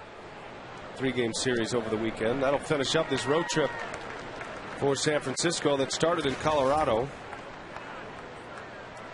Giants came to Miller Park scuffling a bit. They dropped 8 out of 10. Had a 7-game losing streak in the middle of that. But have won the first 3 in this series. Torres strikes out for out number 1. Well, that brings us to today's time of the game winner. It's Captain Sports Bar and Grill in Eastman. If they call the Brewers in the next 24 hours, they get 40 Miller Lite beer pen tickets to a Brewers home game. This offer courtesy of the Tavern League of Wisconsin and Miller Lite. Eastman, Wisconsin, just north of Prairie du Chien. Right by the Big River. What kind of drive is that from here, Rob? Good drive. It's a good couple of conversations away. Hey, look, I told you it's a little bit north of Prairie du Chien. Don't get greedy.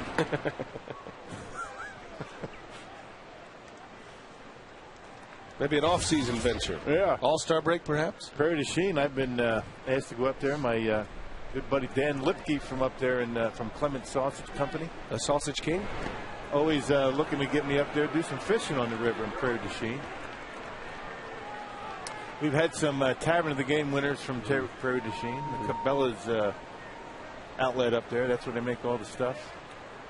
So there's a visit pending for you there, just not yet. Just when I have hasn't time. happened yet. When I have time. I just can't. He keeps asking me to go up there in the summer. When can I go up there and fish in the summer? Gomez takes a call at strike 3.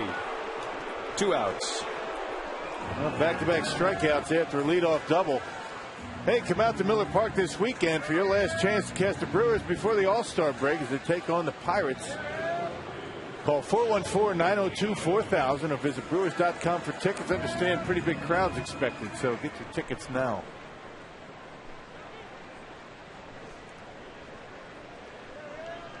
Here's Joe England with 2 away. Still a runner at third base. Zito with 7 strikeouts.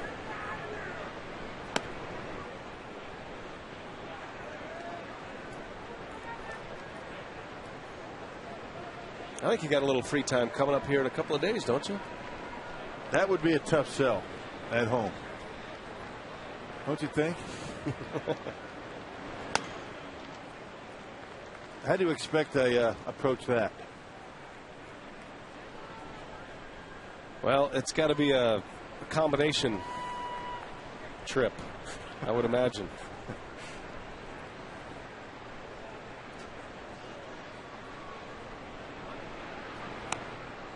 There's that curveball for a strike. Got big plans for the All-Star break, partner? Do a little golf, do a little fishing. There you go. Do a little grilling. That's just the first day. That is the first day. He'll be golfing and he'll be fishing his golf balls out of the lake. And then when he runs out of balls, he'll be grilling them up. Going down to Lake Geneva. You know, I told Ryan Braun I was going to go golfing down to Lake Geneva, and I asked him, hey, I think I'm going to head over to your restaurant. You know, maybe take it in, me and the wife. He said, yeah, tell me how it is.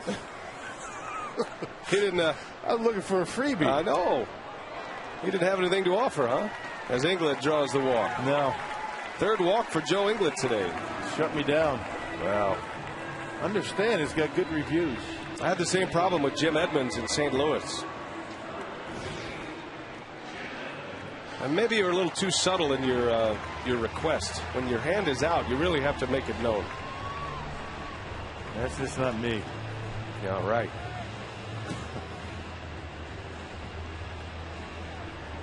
Well, so Edmonds will pinch hit. Parra is done for the day. Gives up 6 runs in 5 innings. 4 of those earned, I believe. Yep, 2 walks. That's official. 5 strikeouts.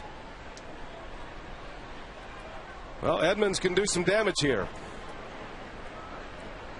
One swing of the bat, the Brewers are right back in it.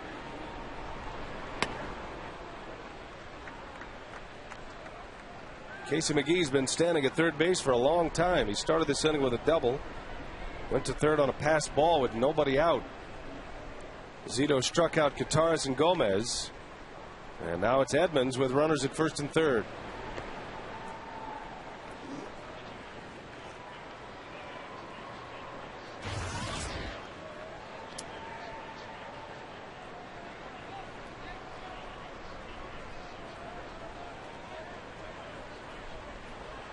The Brewers looking for somebody to give him a big hit.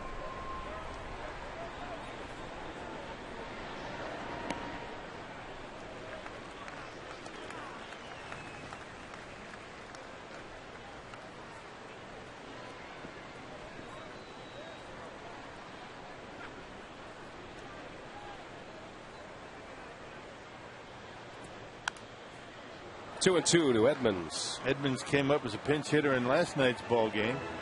2 nights ago, actually, and got a base hit.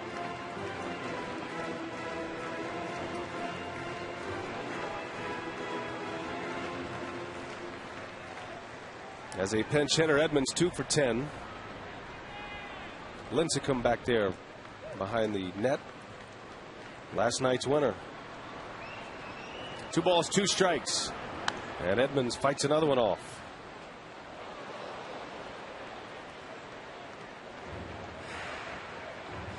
Yeah, the Bride's still hanging in there. Man, the guy's still with the tie all cinched up around the neck, making us look bad up here, isn't he? Yep. Sitting in the sun, too. Look at the glove. That's why he's able to keep that tie on. Mm-hmm. He's got a little bit of cooling agent working. Little antifreeze. Yeah.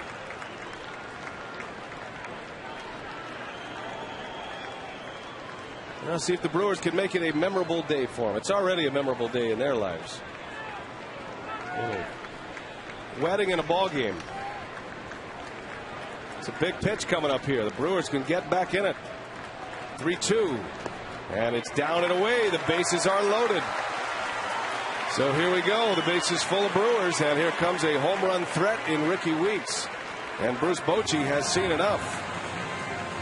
Bochy pops out of that dugout, sensing the moment here. And he's going to make the call to the bullpen.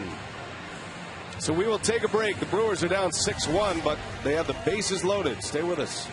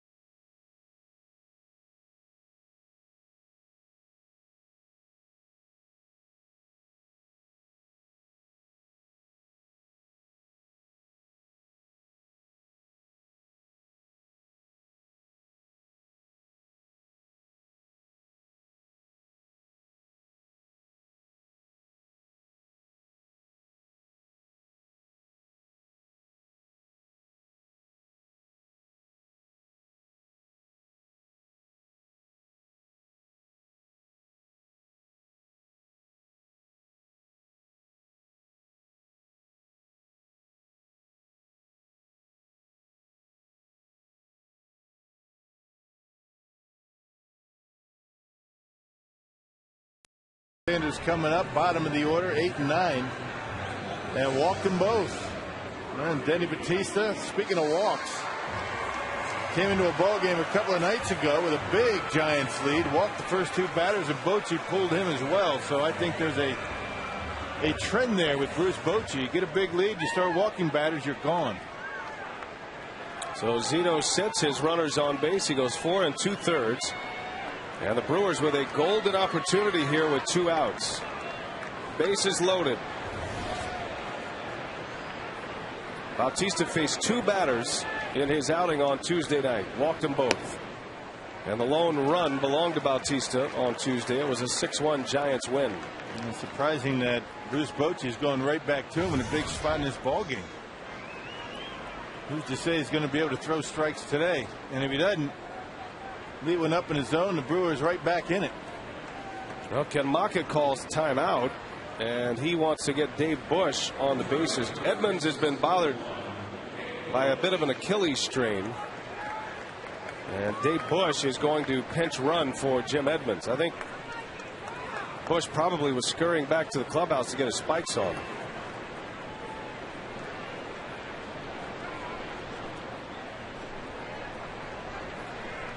Weeks hoping to give them all a chance to jog around.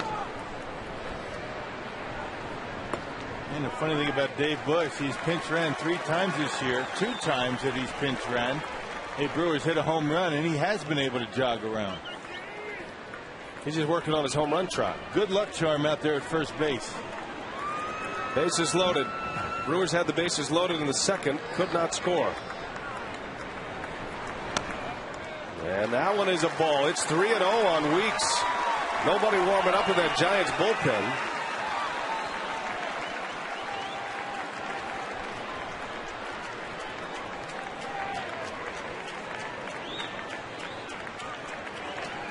Those runners belong to Zito. 3-0 pitch, and it's ball 4. And here we go. McGee will score finally. Been standing at third base for a half hour. Well, double back-to-back strikeouts followed by 3 consecutive walks. My goodness. Well, everything out of the strike zone, everything they were trying to work away. A couple of sliders to start him out, and then he just couldn't find the zone with a fastball. Fastball missed in. Fastball missed away. Ball 4. And Dave Righetti out to the mound. What was interesting the other day is you see Dan Runzler loosening. He just got up. But Tuesday, Denny Bautista came into the game, and as soon as he got to the mound to start his night, Bochy had a reliever warming up. He had Sergio Romo, so that's why the quick hook. And that was a Tuesday. And that was a big lead. I mean, they had a huge lead at the time. Yeah, 6-0 in the ninth. The tying run is at the plate. Alcides Escobar.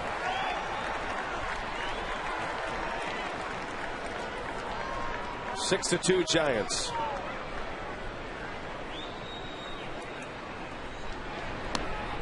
And a breaking ball for a strike. Yeah, this is where you miss Corey Hart in that number 2 spot. You give Ryan Braun a day off. You have to shuffle your lineup around, and instead of the big home run hitter, you've got Alcides Escobar up there. With Fielder looming large on deck. Escobar trying to get him an at-bat in this inning.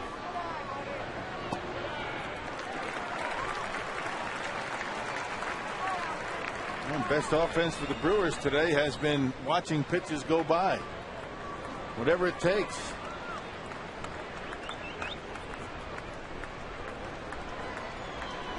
Six-2.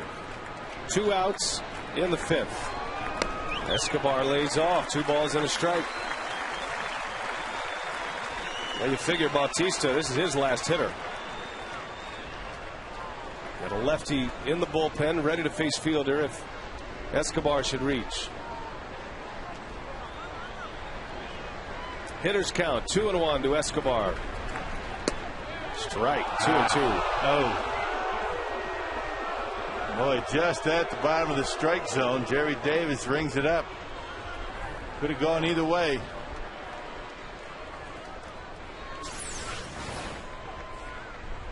Pretty close.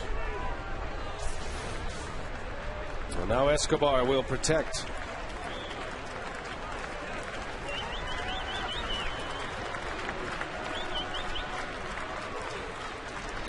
Got him. Escobar strikes out. The Brewers strand the bases loaded for the 2nd time.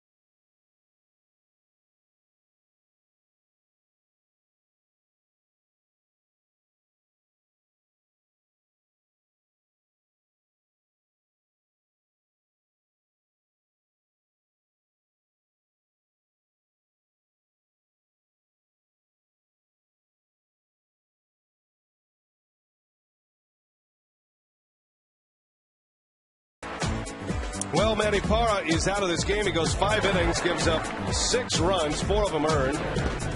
Manny with 5 strikeouts, and we started this broadcast, talking about Parra and his split finger fastball, and got some strikeouts on the splitter today.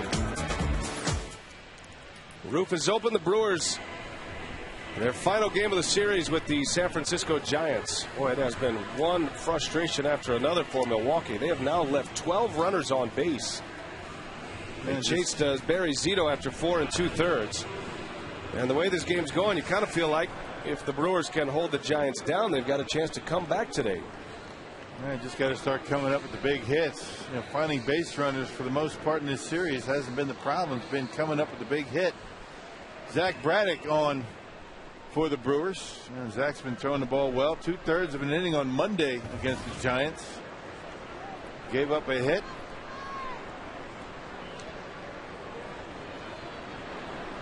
Now the Crew bringing the tying run to the plate last inning. A double and 3 walks, and the Crew gets 1. Second time this game they've left the bases loaded. That's a good breaking ball from Braddock.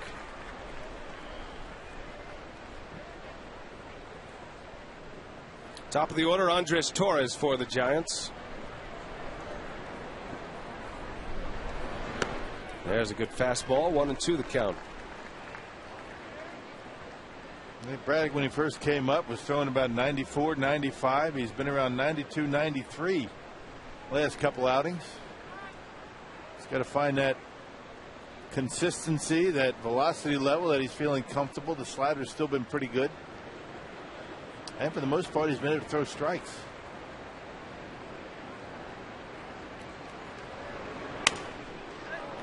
Casey McGee picks one up off the ground. Good play by McGee. And Torres is retired.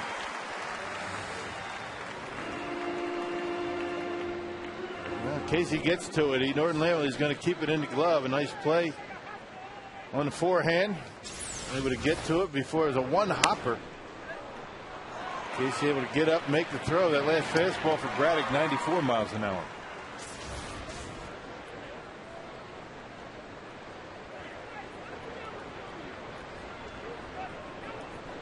So Sanchez, the batter. 2 hits, 2 RBIs today. He's 2 for 2. And he scored twice. 6 hits in the series, the former batting champion.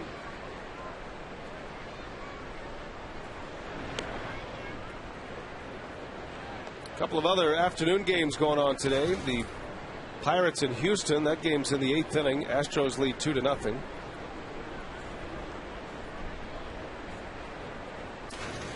Astros are working on a combined 1-hit shutout as Sanchez singles to left.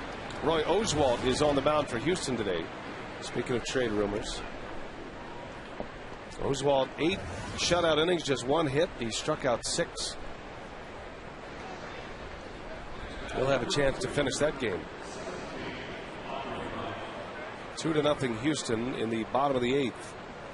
The difference between Oswalt and Cliff Lee, Oswalt has another year left on his contract, and it's a big one. Yes, I'm not sure how much of an advantage that is to pick up Roy Oswalt. At least you know what you have. You know you have a guy. You know you're going to have to pay. But you get Cliff Lee, you might only have him for a couple of months. But for some teams, that's all they need. Get over to the top, maybe get into the postseason, win a World Series.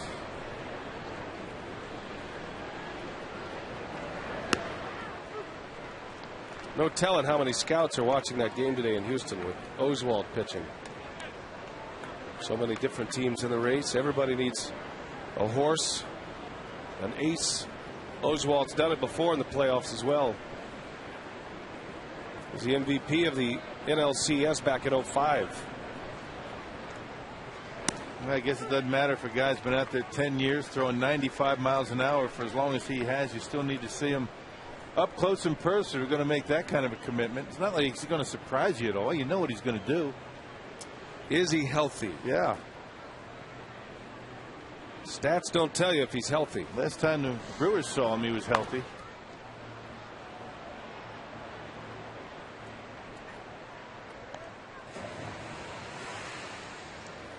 Got Mary Poppins out there. Got an umbrella? Being sun smart out there, partner. Gotta be. It's a sizable umbrella too. She could have some company under there. Even I could fit under that.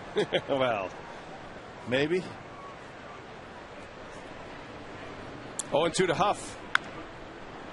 Weeks to second. Can they turn it? Escobar's throw not in time. Slow developing double play opportunity, but Huff beats it down the line. Hey, Brewers Live is going on the road to celebrate family fun at Wisconsin Dells July 16th and the 18th. Join Jerry Augustine and Craig Kashan for a first-hand experience at the Dells. It all starts Friday, July 16th at 6. Only on Fox Sports Wisconsin. Visit foxsportswisconsin.com and click on the station events page for more information. Now don't look at the end. Oh, they cut it out.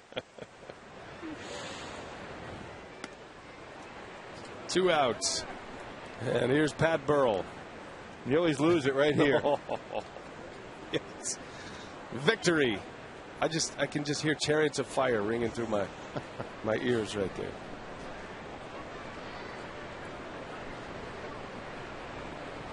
I was thinking more Benny Hill.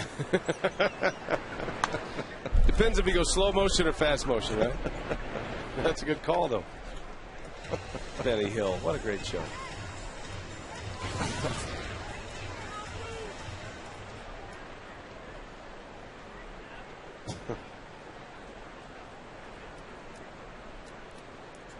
Burrell is 0 for 3 in the middle of a swarm of offense for the Giants all day.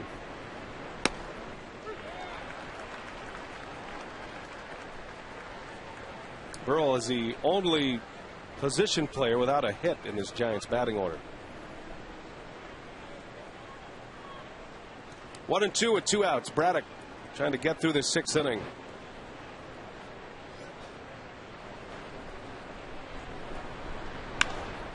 Base hit. And he has dialed up that hole between short and third. Boy, 18 hits for the Giants last night. 12 more today. And we're only in the 5th inning. Who said these guys weren't swinging the bats? My goodness. Who are these guys? Another base hit.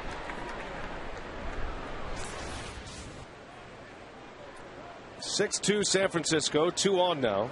And here's Buster Posey, the last guy you want to see in a spot like this. Belted out his 8th hit of the series, his last time up. Starts him with a breaking ball. Good idea.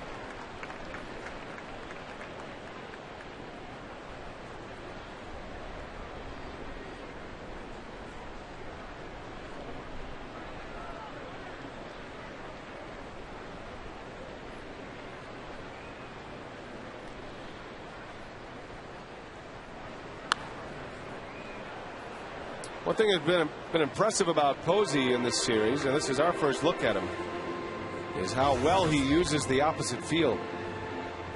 Power to the opposite field. He's got quick hands and he knows it. He trusts his hands. He lets the ball travel.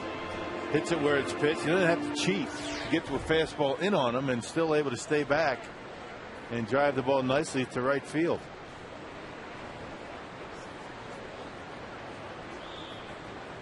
The 0-2 into right. Pretty well hit. Hart is back with room. Side retired. Scoreless 6. Here come the Brewers in the bottom of the 6th. Fielder will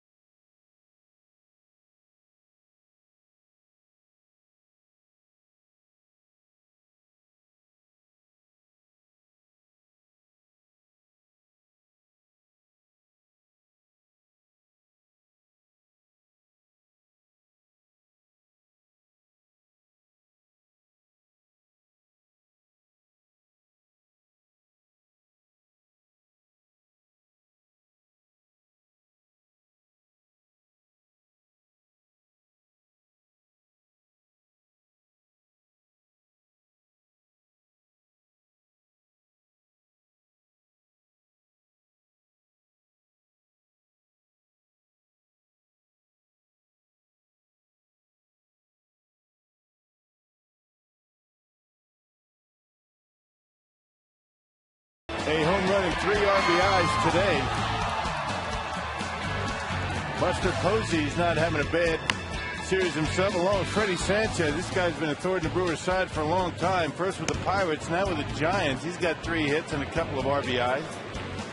And Barry Zito not able to get through the 5th inning for the win. He was upset as he came off the field as Dave Bautista continues here in the 6th inning. Cousins subs, game reset. So here comes Fielder to lead off against Bautista.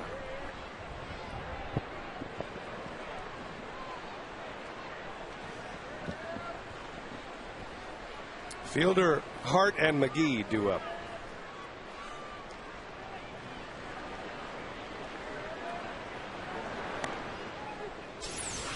Well, we had a little a problem. The sausage races. Oh boy. You think NASCAR drivers get a little irate after races when stuff like this happens? You ain't seen nothing until you've heard from the sausages. Yeah. Little flare and a base hit for Prince. Good way to start the 6th inning.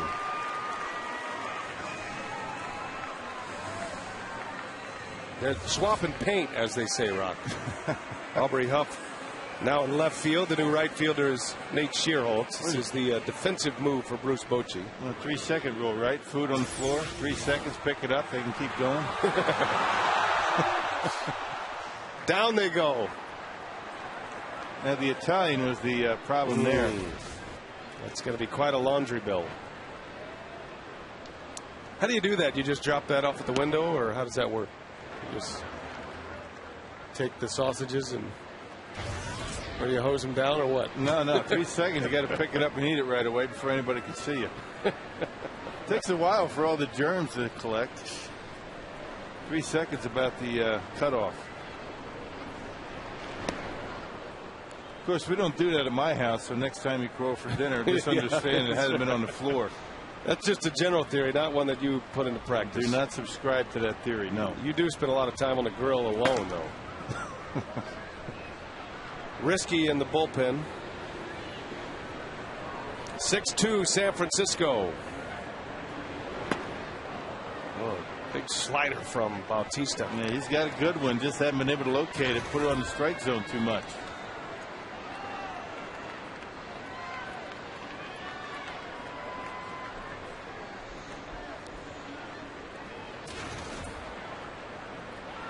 Base runners have not been the issue for the Brewers here today. They've had them on in every inning, and usually multiple base runners in every inning. 12 left on through 5 innings. And at least 2 on in every frame. Had the bases loaded in the 2nd, and the bases loaded last inning.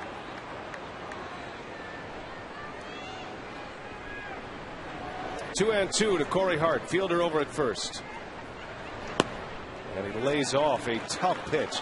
And that pitch right there is the difference between Corey Hart this year as an all-star and where he was last year. Yeah, that's a pitch that he would just wave at. You know, not really picking it up all that well, but seeing it pretty well right now.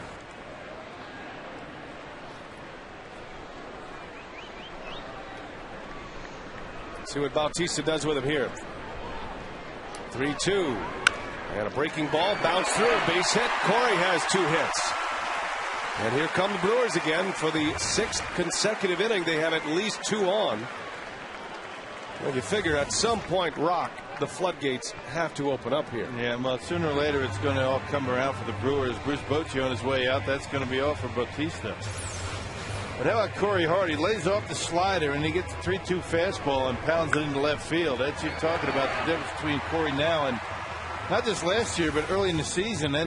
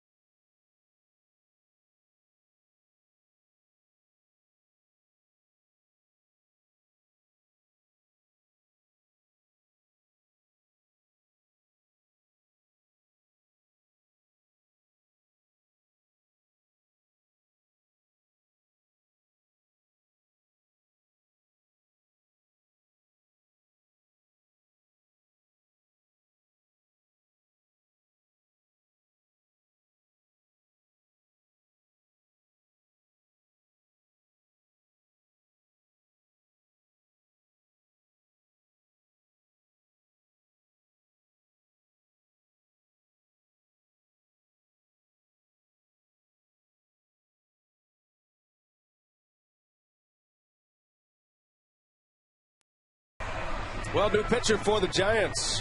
I think Bruce Bochy kind of sensing what we are here in the booth, that the Brewers have had so many opportunities. He had a quick hook on Barry Zito, and now a quick hook on Denny Bautista. 2 hits to start the inning for the Brewers, and it's going to be Santiago Casilla with his electric fastball here with nobody out in the 6th inning. Yeah, pitched in the first game of the series, pitched a scoreless inning, a 2.20 ERA in 19 games, 26 strikeouts in very few innings of work, almost 10 strikeouts more than innings pitched. That's pretty good stuff. At the plate, presented by Wendy's, Casey McGee has 2 hits. He doubled and scored in the 5th. A crowd of nearly 35,000, mostly quiet today. They're looking to cheer about something.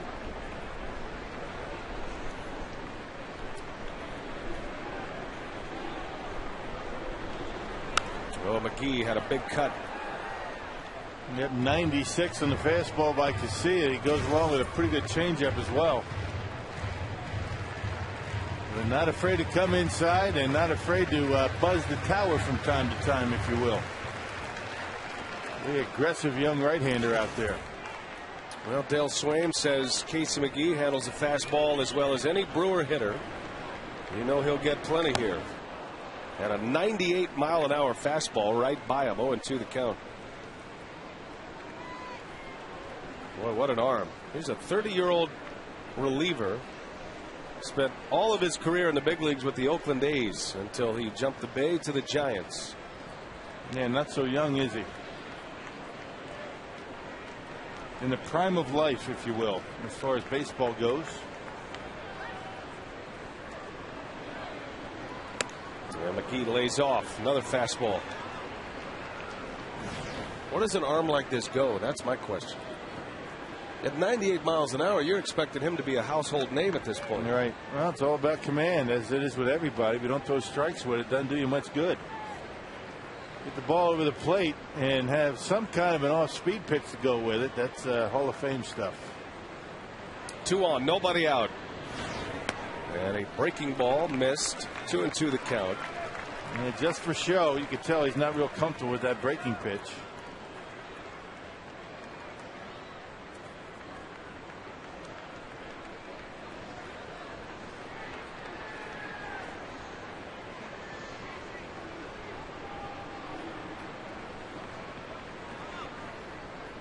Two and 2. Casilla and McGee to the right side. A base hit. The bases are loaded. Fielder holds at third. What a piece of hitting there by Casey McGee. Yep, you wait back and you know the fastball's coming because you're not real worried too much about the slider or the breaking pitch for a strike. Fastball out away from Casey and takes it into right field. Casey does that as well as anybody.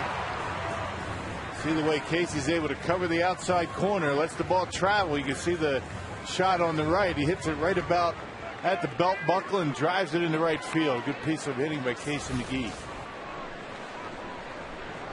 98-mile-an-hour fastball. McGee goes to the opposite field. 3 consecutive singles to start this inning, and now the tying run is at the plate again, and a strike to Torres.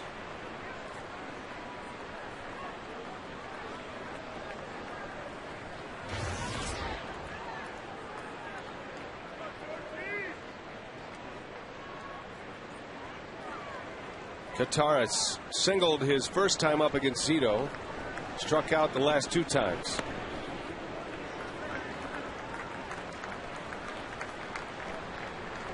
George has 6 home runs this year in just 121 at-bats.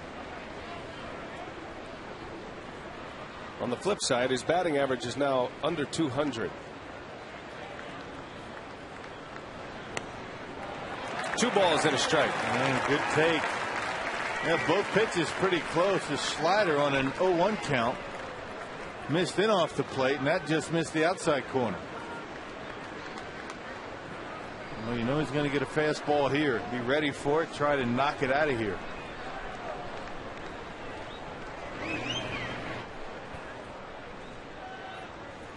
Two and 1 on Torres, and a little half swing. He went. Count evens at 2-2. Won't have a lot of time to decide whether they're going to swing, and he went. Jerry Davis needing no help to call that one. Has not hit in this spot very often in his career. How about that? Just 5 at-bats. 2 of them this season.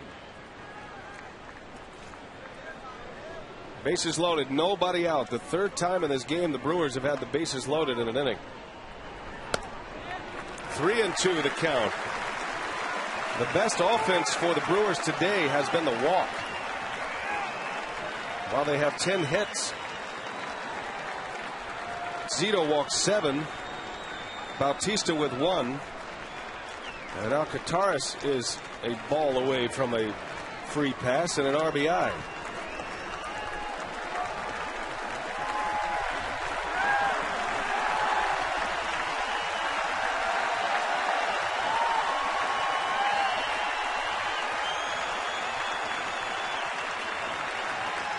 Tying run at the plate. I can't imagine Casilla would throw anything but a fastball here. Well, he hadn't thrown a slider for a strike yet, so yes, indeed, you would figure the fastball is going to be there. The question is Torres going to be able to lay off the high fastball? George's strikeout victim, his last time up against Barry Zito on a neck-high fastball. Got to lay off this one. Do it for the bride, Georgie, for the bride. 3-2 the count. Casilla deals. Torres cuts and misses. Down he goes. Slider. How about that pitch? Yeah. Fooled everybody. Tip your hat. When you have a 98-mile-an-hour fastball, that's tough to lay off. Yeah.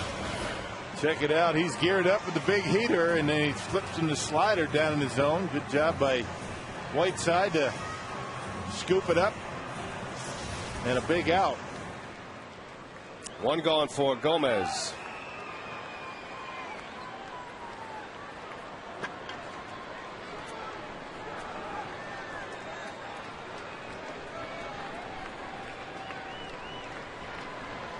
Crowd quiets down a little bit.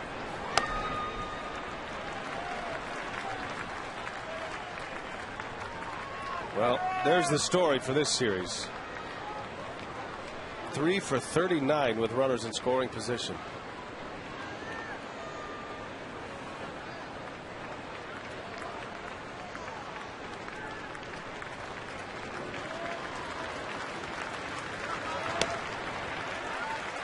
That means you're due. You take another walk with the bases loaded. Nothing wrong with that.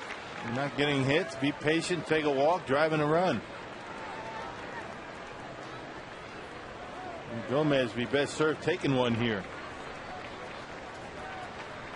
2 balls, no strikes. And a cut and a miss. 2-1 on Gomez. 97 at the hands. That's his get over fastball. Up and in, tough to get to.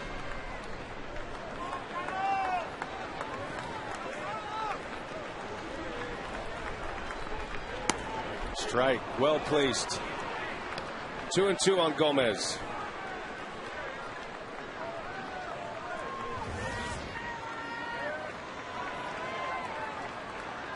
Some kind of velocity coming from Santiago Casilla.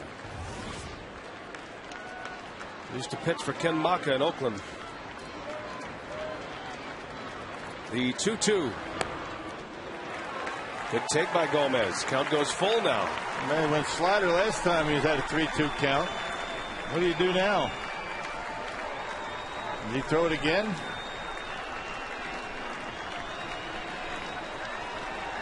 You got to be protecting the plate. It's tough to do when he's throwing that hard. Sometimes you have to cheat for that fastball. You do that, you open yourself up for that slider. Prince Fielder called timeout. His version of icing the kicker, maybe. He had something wrong with his shoelace issue. Prince is ready to run in case Casilla throws one to the backstop. Heads up for a wild pitch. Full count to Carlos Gomez.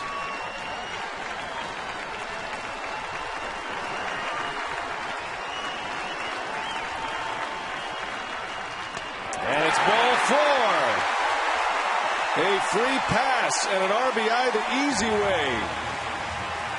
Fielder scores 6-3 San Francisco. Yep, second time today the Brewers have been able to score with a bases loaded walk. Boy, there have been men all over the bases for the Brewers once again today. And again, Bruce Bochy's seen enough. Not even close on 3-2. Wow. The Brewers are close.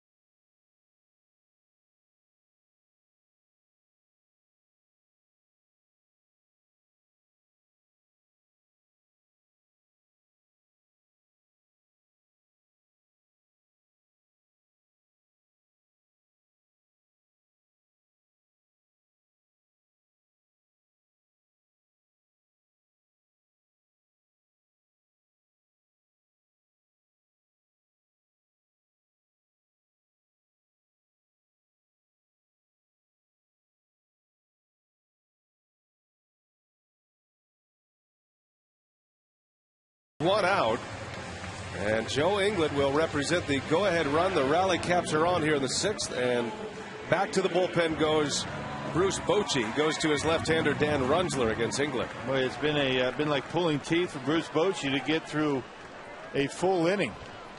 Zito went 4 2/3, and since that time it's really been a tough time. Dan Runzler, one of 2 left-handers for the Giants. 36th appearance, very good numbers for the left-hander. You got Joe Inglet and a pinch hitter, looks like Craig Counsell. So Inglet, who has walked 3 times today, symbolic of the story for the Giants pitching staff. 9 walks total in this game as Inglet takes a ball down and in. Now all of a sudden the tying run is at first base and the speedy Carlos Gomez. Inglet representing the go-ahead run.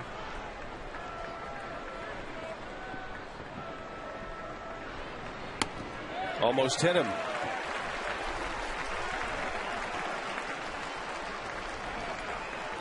Two and 0 the count on Inglet.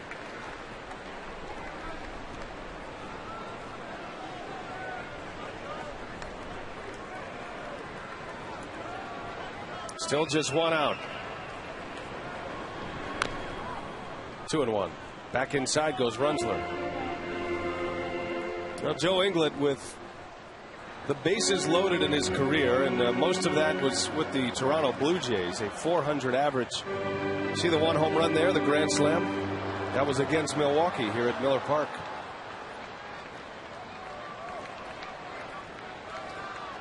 As a member of the Blue Jays. 2 balls and a strike on Inglet. And he's late, fouls it away. It's 2-2. Man, Renzo, good velocity for a left-hander. You don't see too many lefties throwing 95, but that last pitch was mid-90s. Got it right by Joe.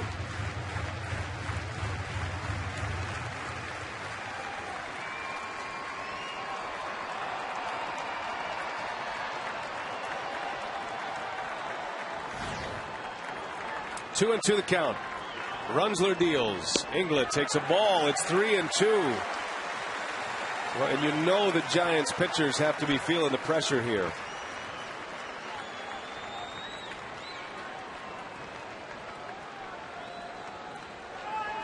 Zito walks 7.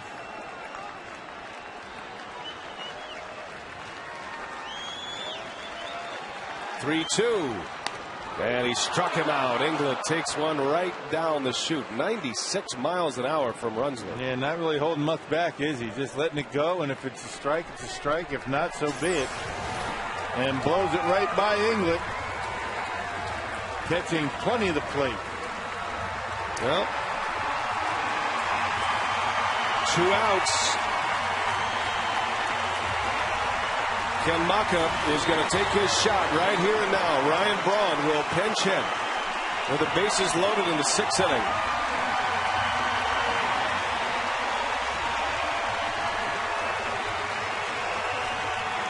Braun's first day off from the starting lineup since the 12th of May.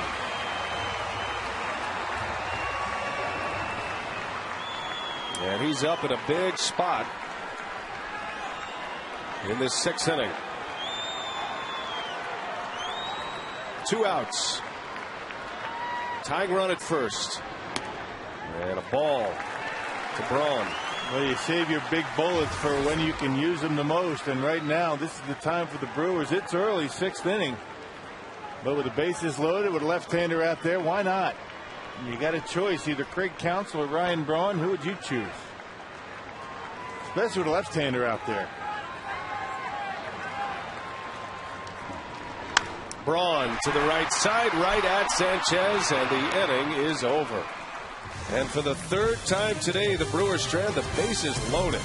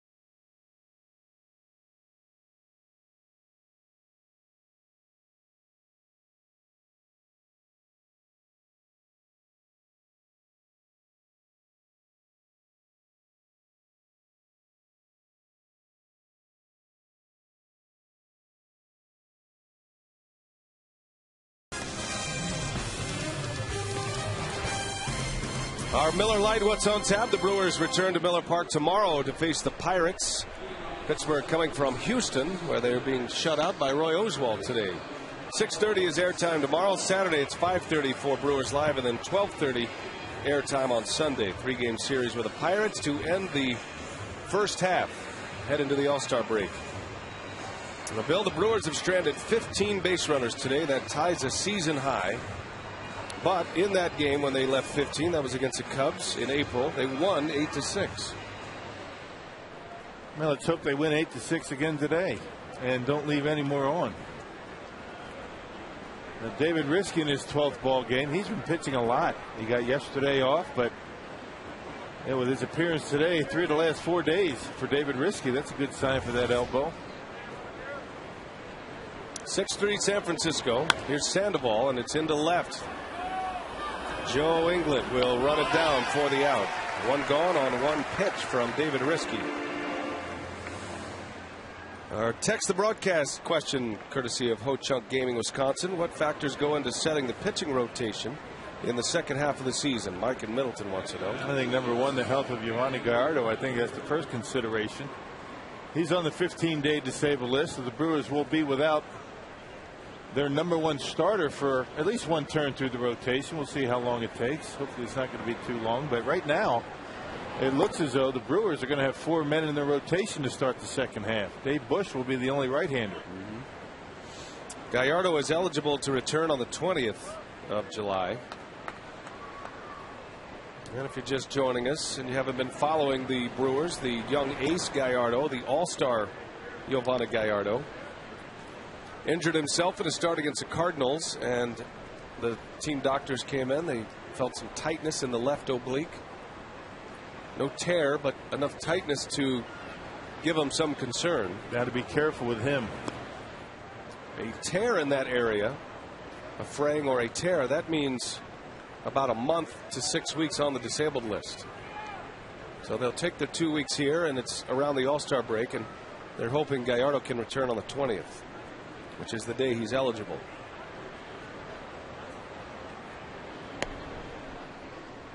Renteria walks on 4 straight. Well, we have seen some free passes in this game. Brewers have walked 6 Giants, while the Giants have walked 9.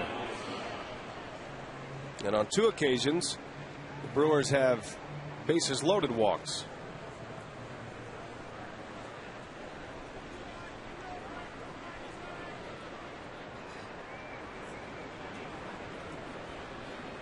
Whiteside with 1 out.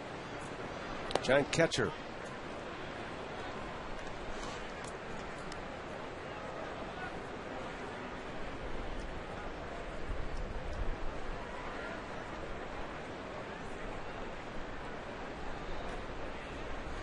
Whiteside has a hit tonight, or today. He has a walk as well.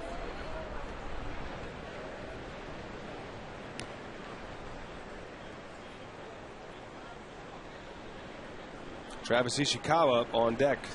He'll hit for the pitcher, Runzler. Got to give credit to Runzler. He came on. He got Joe Inglet and Ryan Braun with the bases loaded. And once again, 1 pitch away from walking in another run. The Giants have done that twice.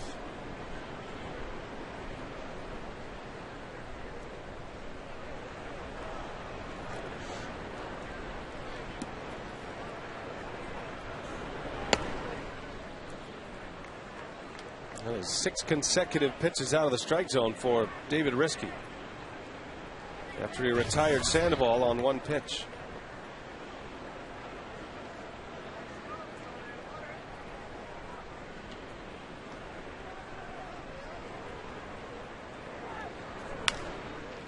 Out to McGee, got a chance to turn it here. Weeks the pivot, low throw, dug out by Prince, but Whiteside is safe.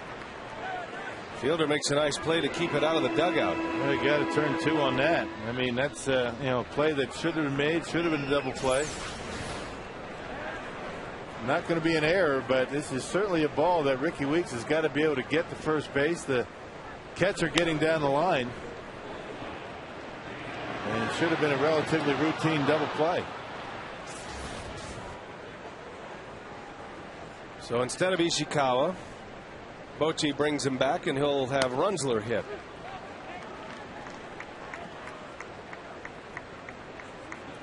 Bochy going deep into his bullpen already.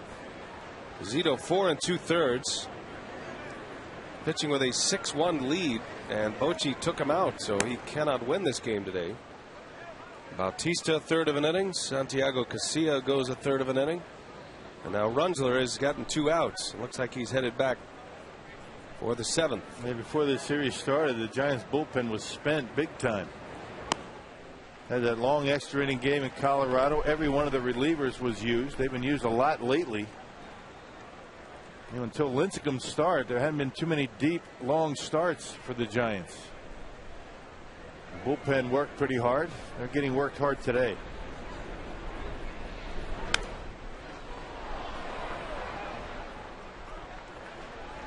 Actually, Bumgardner went 8 innings. Second game of the series, and then Lincecum 7 yesterday. Well, Runzler doesn't look so good at the plate. Check out his back foot. Twisted his ankle. It's always a concern when you have a pitcher hitting, especially a reliever who doesn't do it all the time. It's that back leg when he drives off of that pitching rubber. And he's going to be done. How about that? Bruce Bochy can't catch a break with his relief corps right now. Wow. They swing and twist his ankle. He's done. Not only does he lose a pitcher, but he's got to use another position player. Who will inherit a 1-2 count. See that ankle just rolled right under. And a tough break for the Giants. They may see the Giants go with a pitcher to go up there and hit. They might not want to waste another position player. Ishikawa was on deck. They pulled him back with 2 outs and a man at first. Let's see what they do. The bat boy offered to hit. He's not eligible, though. Looking for a body. Anybody want to hit? Bumgardner is going to be the choice. Yeah, why not? Now it's a 1-2 count. Now Bumgardner swings and misses. It's going to be a strikeout for Runzler. Anything else happens, it's Bumgardner. If he walks, he gets the walk. If he makes an out, it's his out. A strikeout goes to Runzler. Now, Bumgardner is the best hitting pitcher the Giants have. He delivered his first Major League RBI back on Tuesday in his start. Bumgardner picked up the win, his first Major League win. That was a 6-1 Giants win on Tuesday. He's a left-handed pitcher, but a right-handed hitter. And he picks up the 1-2 count with 2 outs.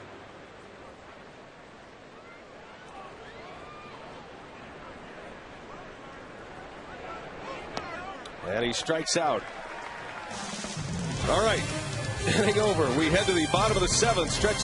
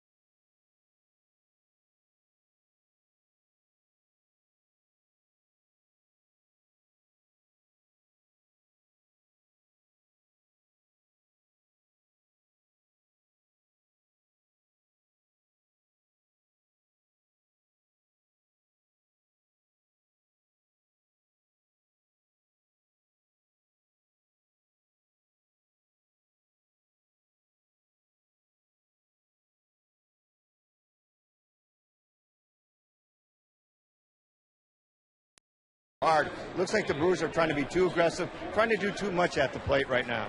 Ricky Weeks going to get a chance here, and the Brewers, as I mentioned, trying to salvage this one. Still some time here to end this homestand on a positive note, but guys got to start delivering for one another. We'll cover that story on our Brewers Live postgame coming up after the ballgame. Mark Concannon will have reaction from the clubhouse as well. At our on-field instructional, hoping for a special Brewer player as our guest coming up after the game, guys. All right, thanks a lot, Craig. Chris Ray is on to pitch. He was involved in the trade with Benji Molina and the Texas Rangers. Trade that went down on July 1st. Ray will face the top of the Brewers order, 6-3 San Francisco. The Crew has stranded 15 on base here today. Now pitched in the first game of the series and pitched a 1-2-3 eighth inning in a Giants win. Sinker slider for Chris Ray.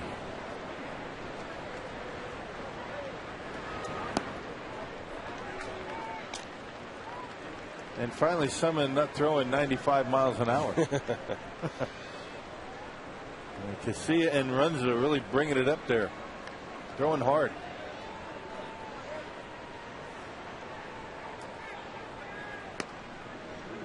'94. Yeah, he's kind of a thumber, isn't he? Yeah. Relatively speaking. Now Ray's got a good arm. He gives you an idea of how deep the Texas Rangers are with their pitching and their arms. Ray became expendable. Rangers needed a piece behind the plate in Benji Molina, and the Giants get a pretty good big league reliever out of him.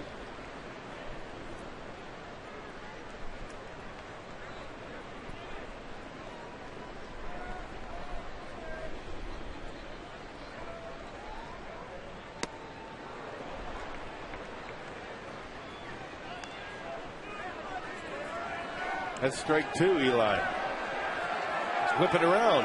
Whiteside threw it down to Sandoval, thinking it was strike 3. Just making sure the Panda's paying attention. Games be a lot quick with only 2 strikes on a hitter, huh? I'm up for that.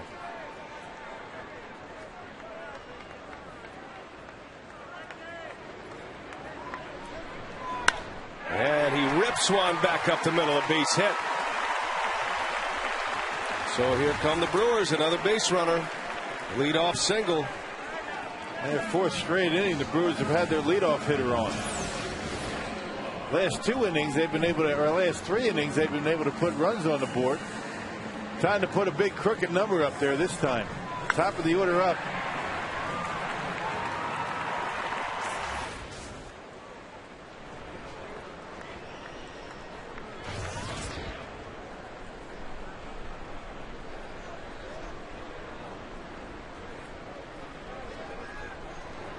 Escobar takes a strike. The Brewers have put 19 runners on base today.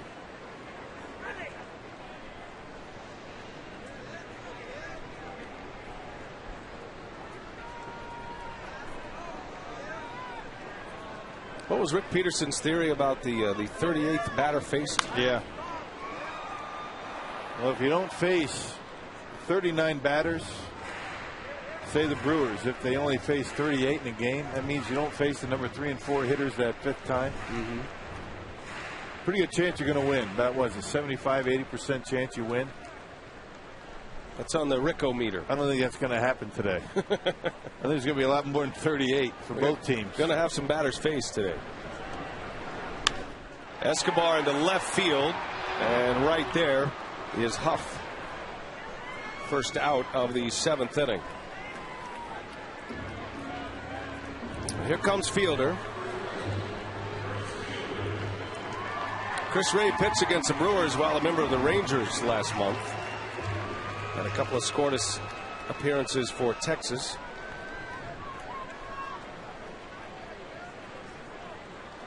He worked a scoreless inning in the opener of this series on Monday.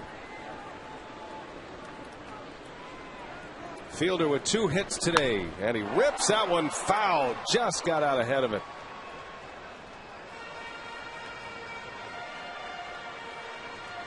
Looked like he threw him the changeup. Even if pitcher doesn't have a changeup, he's going to figure one out for Prince.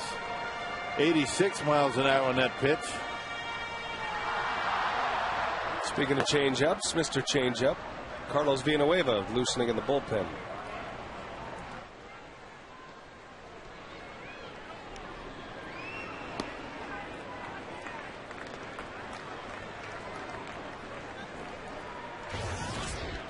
Well, that game in Houston is over. The Pirates, who are headed here next, shut out only 1 hitter by Oswald. 9 innings, 1 hit, 2 walks, 8 strikeouts for Roy Oswalt,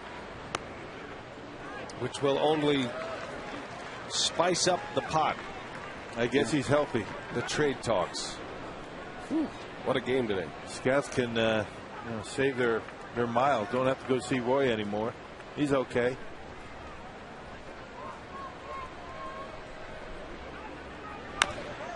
Bouncing ball towards second. Sanchez makes a play for out number 2. On the play, Weeks to second base. I don't remember Chris Ray throwing 95 miles an hour, so what I said before was wrong. 93 to 95 so far in this inning. And a pretty good slider to go with it.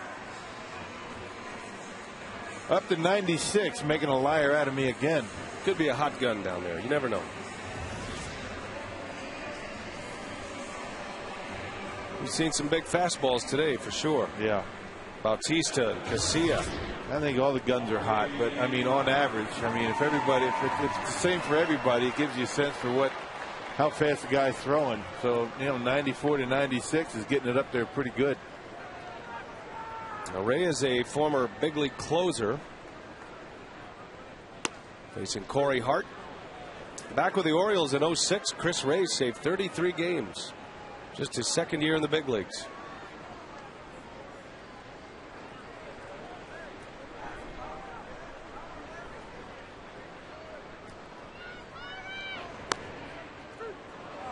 Oh, and 2 on Hart.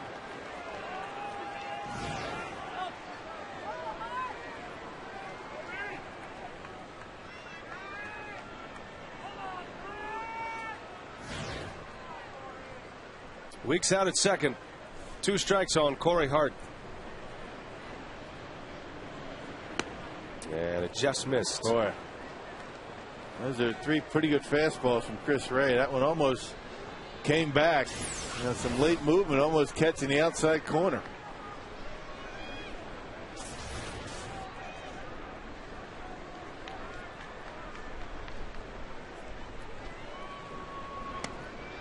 Now, Ray, until that hit by Weeks, had retired all 9 hitters he had faced with the Giants since the trade.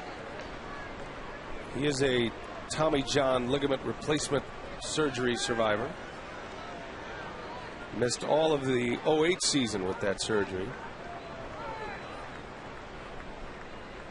2 balls, 2 strikes to Hart. Got him. Inning is over. Brewers go scoreless in the 7th, strand a runner. We head to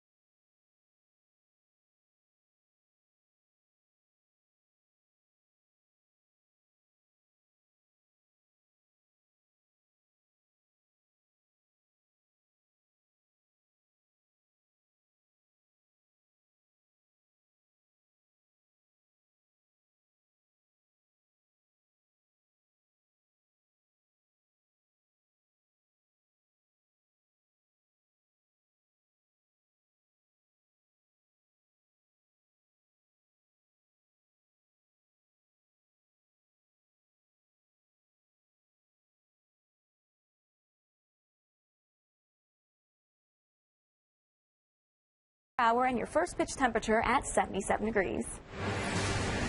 Thank you, Maria. Looking forward to The matchup with the Pirates beginning tomorrow. Still some business at hand with the Giants. 6-3 is our score. San Francisco leads it. Brewers had a meltdown inning in the 4th inning. 3 runs scored. There were 2 errors in the inning. And right now that has been the difference. Carlos Villanueva on the mound for Milwaukee. And he'll face the top of the Giants batting order. And Villa with his 41st appearance so far this year. 415 earned run average for Carlos. Pitched a perfect 5th inning last night against the Giants. 54 punch outs in just a little over 43 innings of work.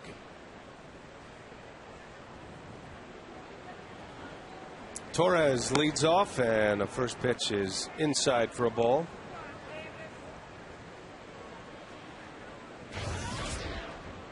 Torres has a hit. He is 1 for 4 today. Scored twice, though. He's reached on a fielder's choice as well.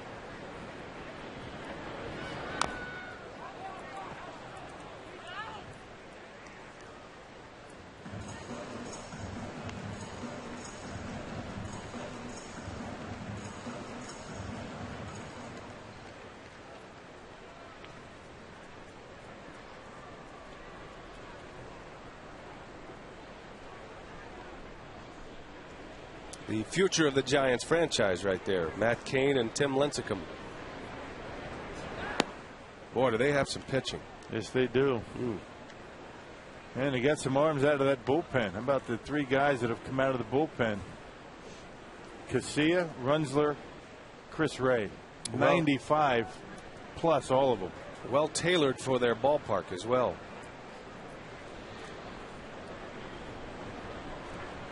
The 2-1. And that one's hit high in the air to right. Hard looks up, and that's way out of here. Andres Torres with a home run. Second home run in as many days. 7-3 Giants.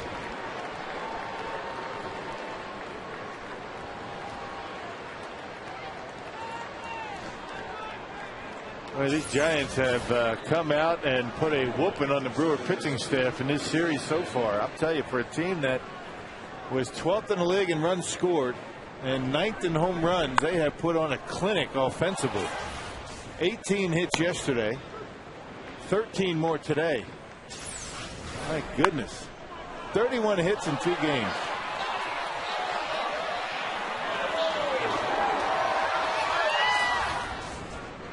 .34 runs on 31 hits in the 4 games of this series. Or 34 runs in the 4 games of this series. 7 runs, 13 hits. One after all of those chances. The Brewers stranding 16 base runners today as Villanueva strikes out Freddie Sanchez. The Giants have made the most of their opportunities.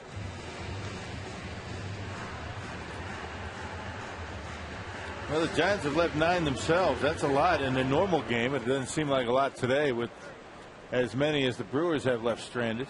It's been the story of the series. And you're not hitting with runners in scoring position. You're just flat pressing. You're trying to do too much. You're trying to hit the home run as opposed to just trying to drive in that 1 run. You know, it's a very good offensive team. They've been able to pound out the hits, but they're just putting too much pressure on themselves in these big situations. That's what happens when you're losing ball games.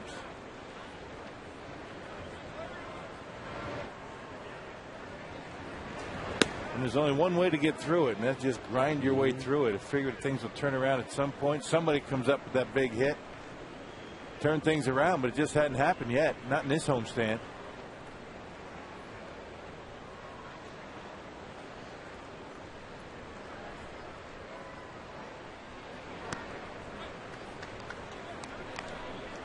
Aubrey Huff has been the tough out in this series. 2 more hits today, 4 runs batted in. Now 54 RBIs and 17 home runs.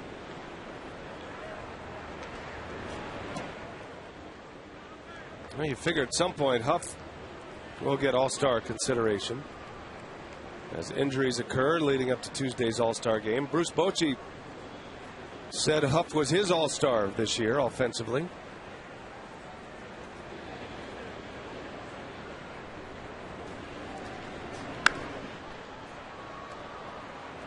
Long run for Inglet. And cannot make the play. Foul territory. He's playing like an all-star in this series, that's for sure. He's just out of the top 10 in batting average. 17 home runs now put him in the top 10. And not that far away from the top 10 in RBIs. For a team that in general, and you're not going to be able to convince any of the Brewer pitchers of this, that they haven't scored many runs. They don't hit many home runs ordinarily throughout the year. And they play in a ballpark that is very good for a pitcher. Tough to hit homers, particularly for a right-handed batter. And he's put up some good numbers.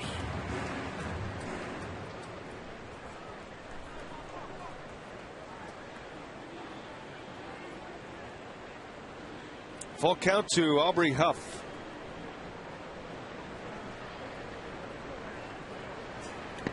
And he walks him on base again.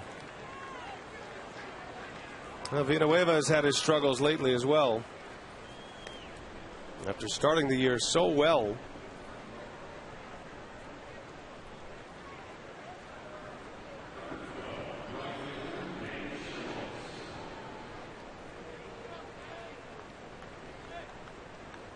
Carlos gave Ken Maka extended innings on the 4th of July in St. Louis. He went 3 1/3. It's only his second appearance since. Got a scoreless inning here last night. Takes a strike, does Nate Shearholtz.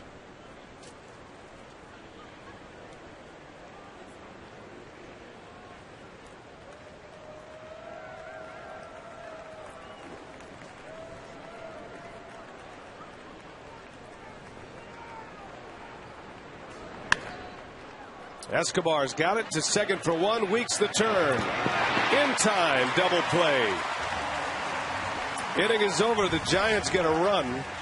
And it's 7-3 San Francisco as we go to the bottom.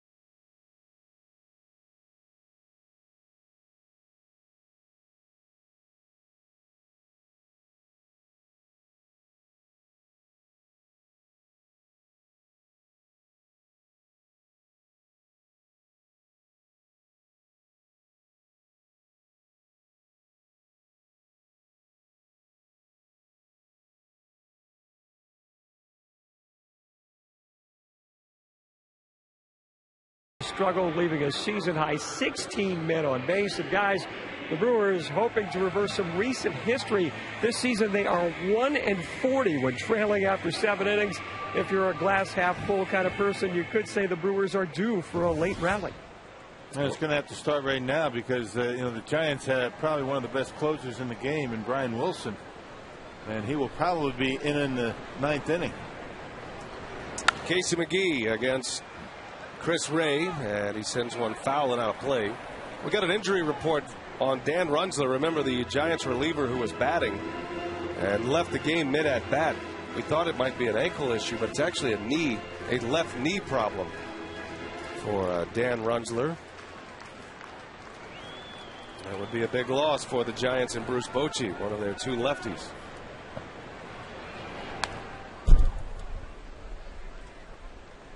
Seven to 3, San Francisco.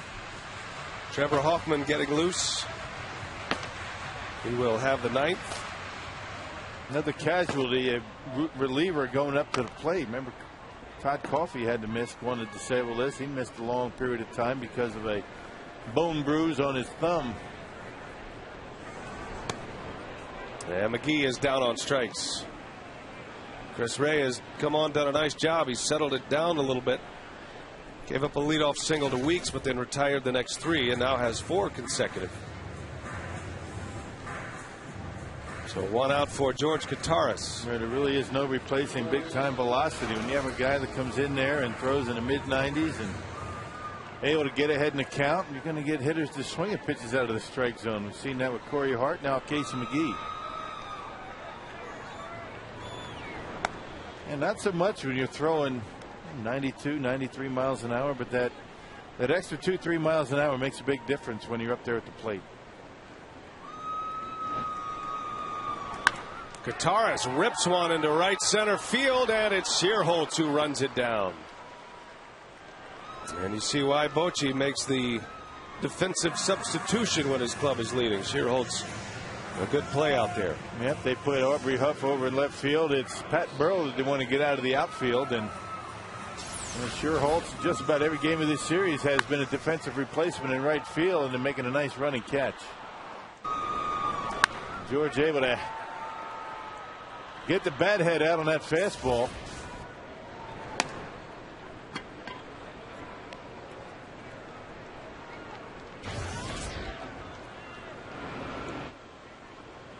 Carlos Gomez with 2 away in the 8th inning.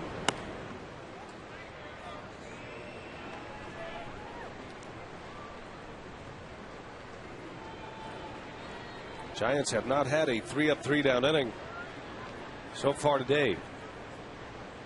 Matter of fact, until last inning, the Giants hadn't had fewer than 2 runners on base in any inning.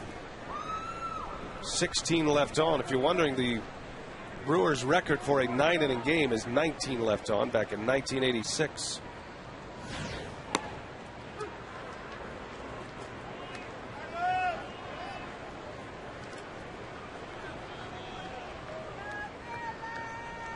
It's a season high for lobs this year, however.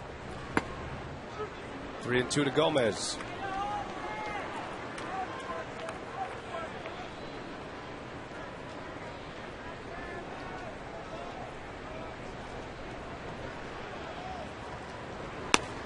Boy, Chris Ray just carving up the Brewers.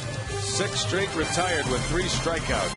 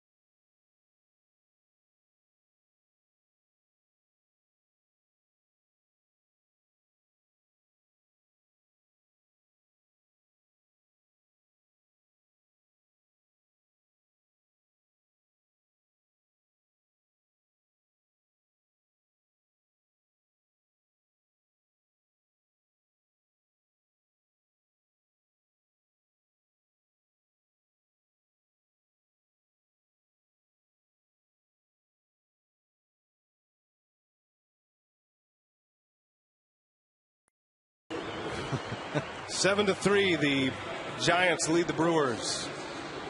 Trevor Hoffman is on to work this 9th inning. Well, 28th appearance for Trevor Hoffman. He actually appeared in yesterday's ball game, gave up a hit and a walk, but did not allow a run. That was in the 8th inning in last night's ball game. So Trevor is on a stretch where he's pitching pretty well.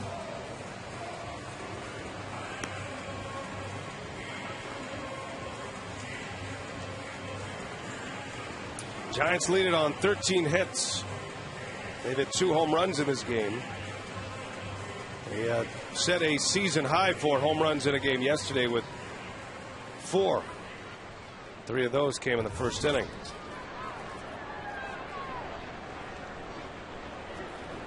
Buster Posey, who hit 2 of the 4 home runs yesterday, will lead off for San Francisco.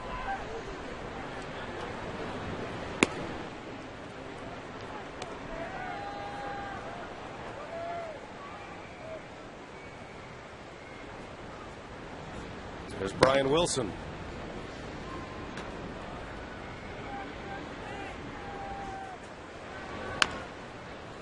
Wilson is headed to the All-Star game. 22 saves this year. He will not be pitching in a save situation here today, but needs some work. Been since the 22nd that he's been in the ball game. Actually, no, it's July 4th. My mistake. Yeah, last Sunday.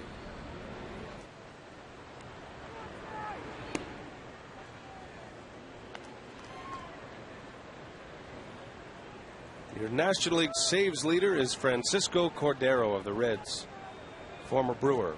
Matt Capps is right behind him with 23. And then Heath Bell. Trevor Hoffman's protege all those years in San Diego.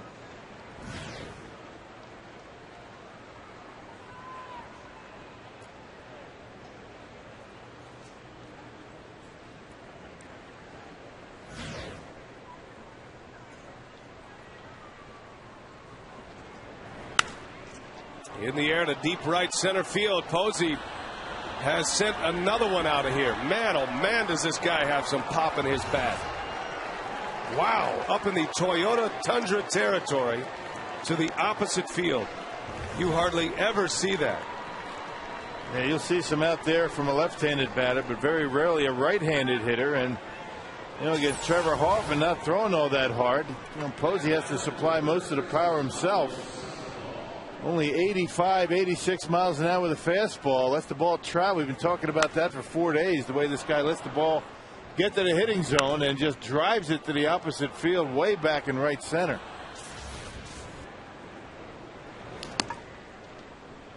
Four home runs in the series for Buster Posey. 3 more today for the Giants. My goodness. He's not going to want to leave Milwaukee. Been a nightmare series for the Brewers. McGee throws out Sandoval for the first out.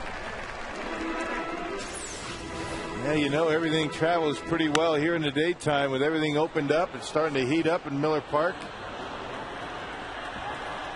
And no cheapie. Way back into the Tundra territory. Back row.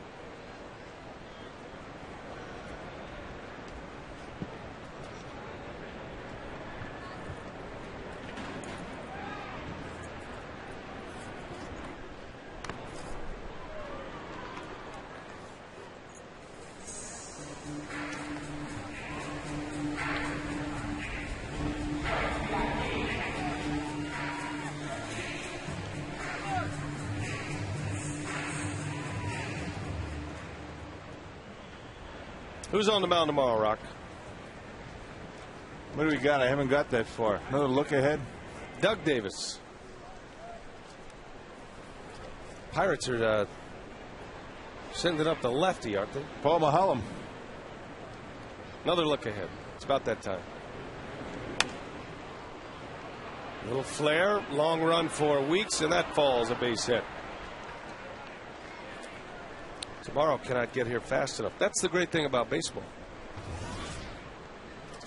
You get to do it quickly the next day. Every single day. You don't have to worry too much about You know, the game you just got done with, you got to get ready for the next game. The Brewer coaching staff will be preparing their team for Paul Maholm and the Pittsburgh Pirates. And it's Maholm and then a couple of right-handers, Jeff Karstens and Brad Lincoln.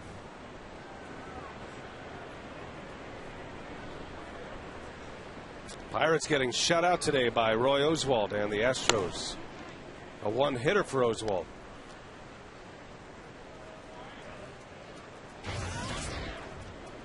A series to forget here against the Giants.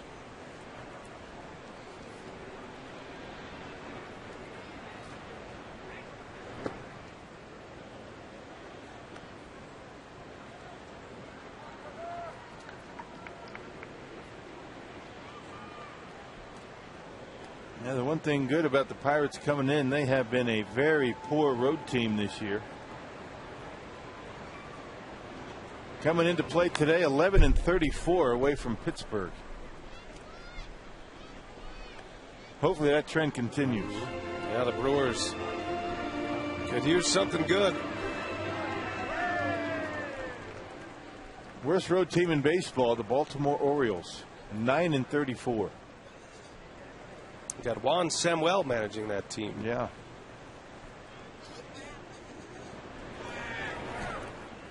Skips away from Torres. And a wild pitch.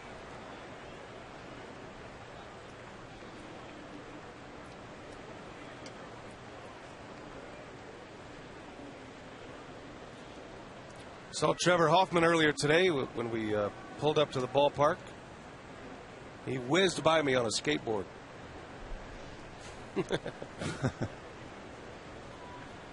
Did he scare you? A little bit.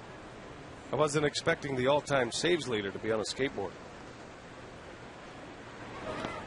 A San Diego guy, and that's not surprising, is it? Well, he was good on that skateboard. Had his helmet on. Safety first.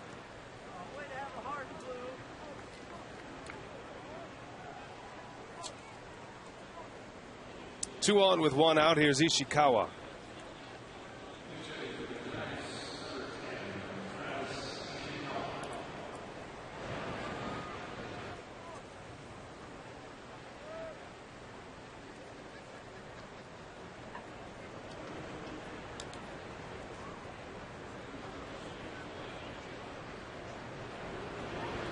Remember Chris Capuano used to drive the Segway? You know, the Segway? Yeah. Mall cop? Yeah, the two-wheeler? Yeah. Wonder what happened to that. I don't remember him driving it. Oh, yeah. From the player parking to the clubhouse door. Okay. Got a parking spot and everything. That's going to fall for a base hit. Renteria on his way to the plate to score. And the Giants have a 9-3 lead. Pinch hit RBI single for Ishikawa.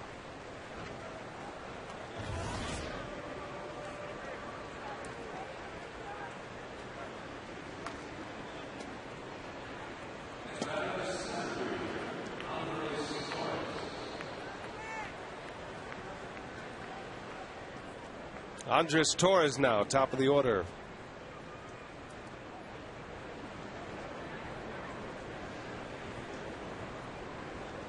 Brewers will be anxious to show the Giants the door here today.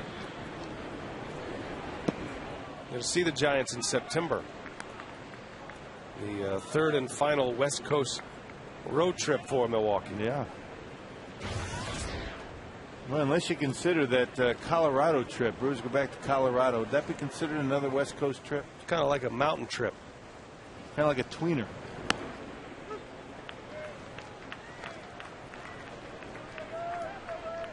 Successful manager in San Diego, managed Trevor Hoffman, Bruce Bochy. World Series run as the Padres manager. I saw Trevor and Bochy having a long chat today.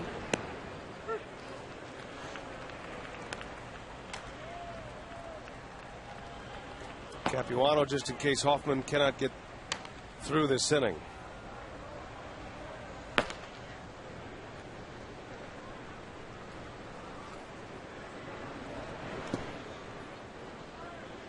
A lot of questions after this series for the Crew. Well, recall in my time here with the Brewers having a worse 4-game series at home. This goes down as one of the worst. The first 2 games, the Giants won 6-1. Last night, 15-2, and it's 9-3 San Francisco here in the 9th inning.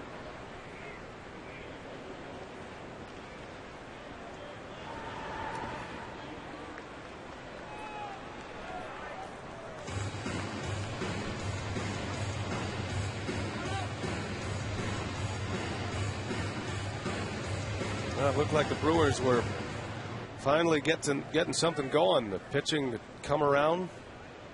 Got a 6-3 homestand. Last stand, they swept the Minnesota Twins. Maybe that was going to be the turnaround, but it has all come falling apart here in this final homestand before the All-Star break.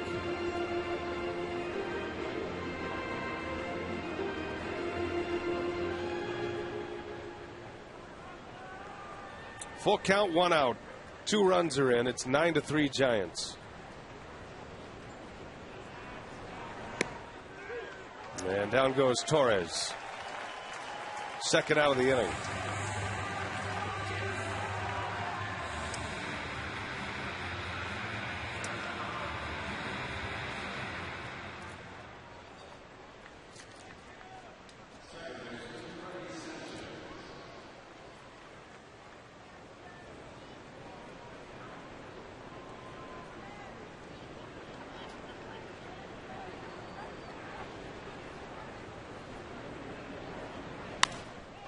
On the ground to Weeks, and the out at second. The inning is over. To the bottom of the 9th, the Brewers trailing 9-3 there.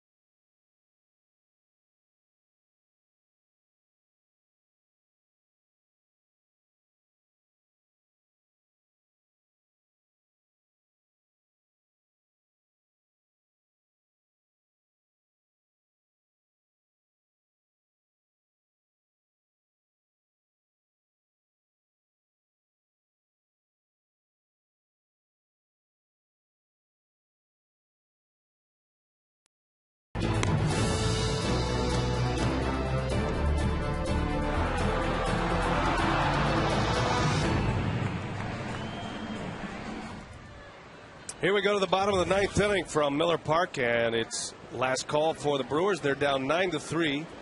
Brian Wilson is on to pitch for San Francisco. He's been one of the best closers in the National League all season. Yeah, talking about throwing hard. 4 consecutive relievers for the Giants that have been able to throw to the mid-90s and upper 90s for Wilson. He's only blown 2 saves this year, a .204 earned run average.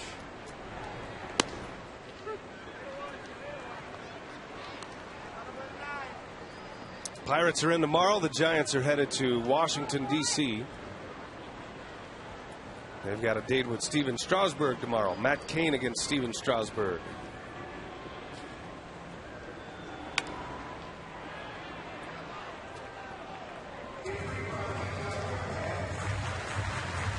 Brewers had their chances today.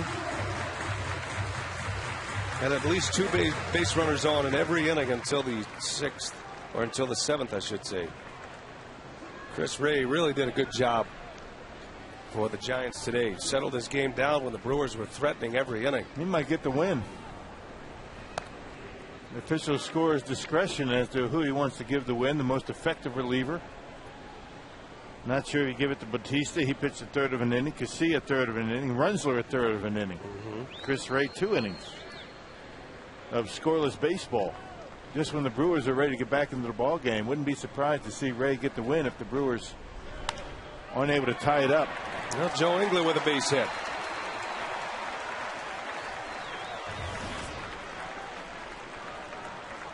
Well, our Menards players of the game, we'll give it to the Giants offense today. 35 runs in this series. Wow. You know, the Giants, in their previous 13 games before this series, one time they scored more than 5 runs. A 13-game stretch, just one time more than 5 runs. They've scored at least 6 in all 4 series or games of this series. It's Counsell takes a strike. Averaging almost 13 hits a game as well.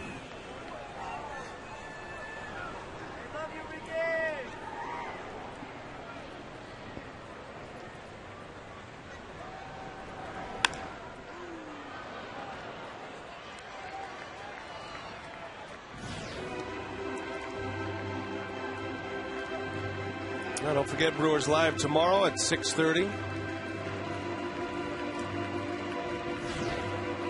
Got a Brewers Live postgame after this one here today.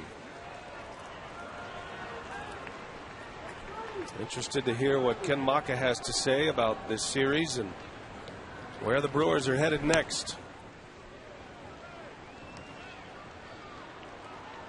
Well, they're going to be right back here and go after the Pirates with all they have. Got to figure out a way to relax everybody in that dugout. That's what it's all about. Everybody pressing.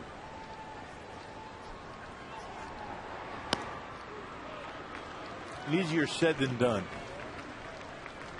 Yeah, you lose sight of the little things. You lose sight of at bat to at bat. You come to the ballpark and you worry too much about the big picture. What's going to happen today? We can't lose again today, can we? Those are the kind of thoughts that you have going to the ballpark. Instead of, I got to get a good pitch to hit, I'm going to worry about my end of the bargain here. That's a good point. Can't focus on the big picture. Now, one gone as Wilson retires Counsell, and here comes Ricky Weeks. Yeah, I've been through big winning streaks in '87, 13-0. Been through big losing streaks in '87. Lost 12 straight in May. And those are the kind of things that you think about when you're on your way to the ballpark. You know, you start losing games, and the fans are getting on you, and you play a little bit tight. You don't want to make mistakes, and you play, a timid fashion of baseball. You're worried about making mistakes. You just can't do that. Who do you remember in '87 as far as players go that stand out during the losing streak? Yount. It's always Yount. Always Yount. Trying to loosen everybody up.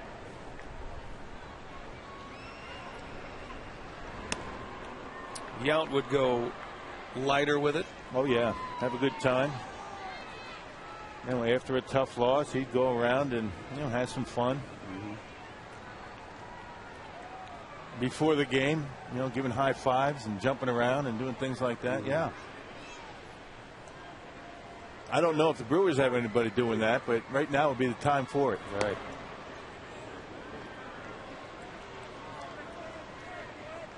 Those are the kind of leaders you need right now. And it's usually a veteran guy that's playing every day. And the Brewers don't have many guys like that, A lot of these guys are young. They need somebody to do that.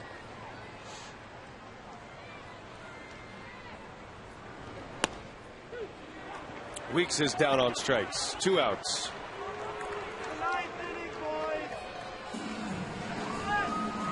So Wilson an out away from finishing it off. A grinder of a series here this week.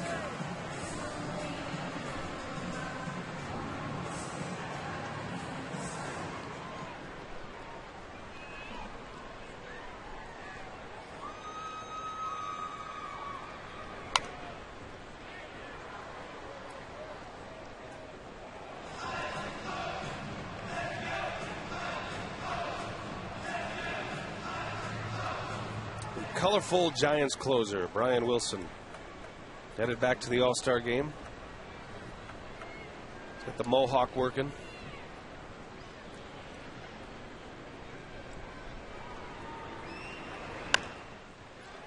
And another guy with a big fastball. Seems like everybody the Giants are rolling out of their bullpen 96 plus. That's the look right there.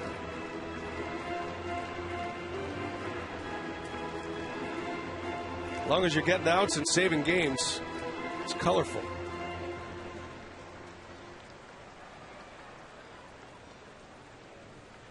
He's been doing that for the last few years in San Francisco.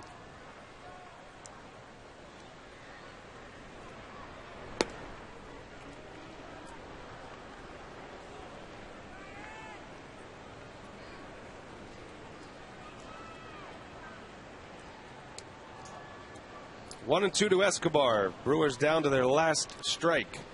England over at first. And Escobar, a little pop-up into the outfield. And that's the game. That's the series. And good riddance, San Francisco Giants. They sweep the Brewers in a 4-game set as we check in with Craig Kishon in our Brewers Live set. All right, Brian, thanks very much. Wow, how about the Giants coming into town, their lowest moments before they step onto the Miller Park field of the season. They were not playing well, but they are all cured in all facets of the game, and the Brewers trade places with him. A very, very, very tough 4-game loss for the Brewers here against the Giants. And Augie, it's going to be tough to explain this one. It's going to be interesting to see what the Brewers say afterwards.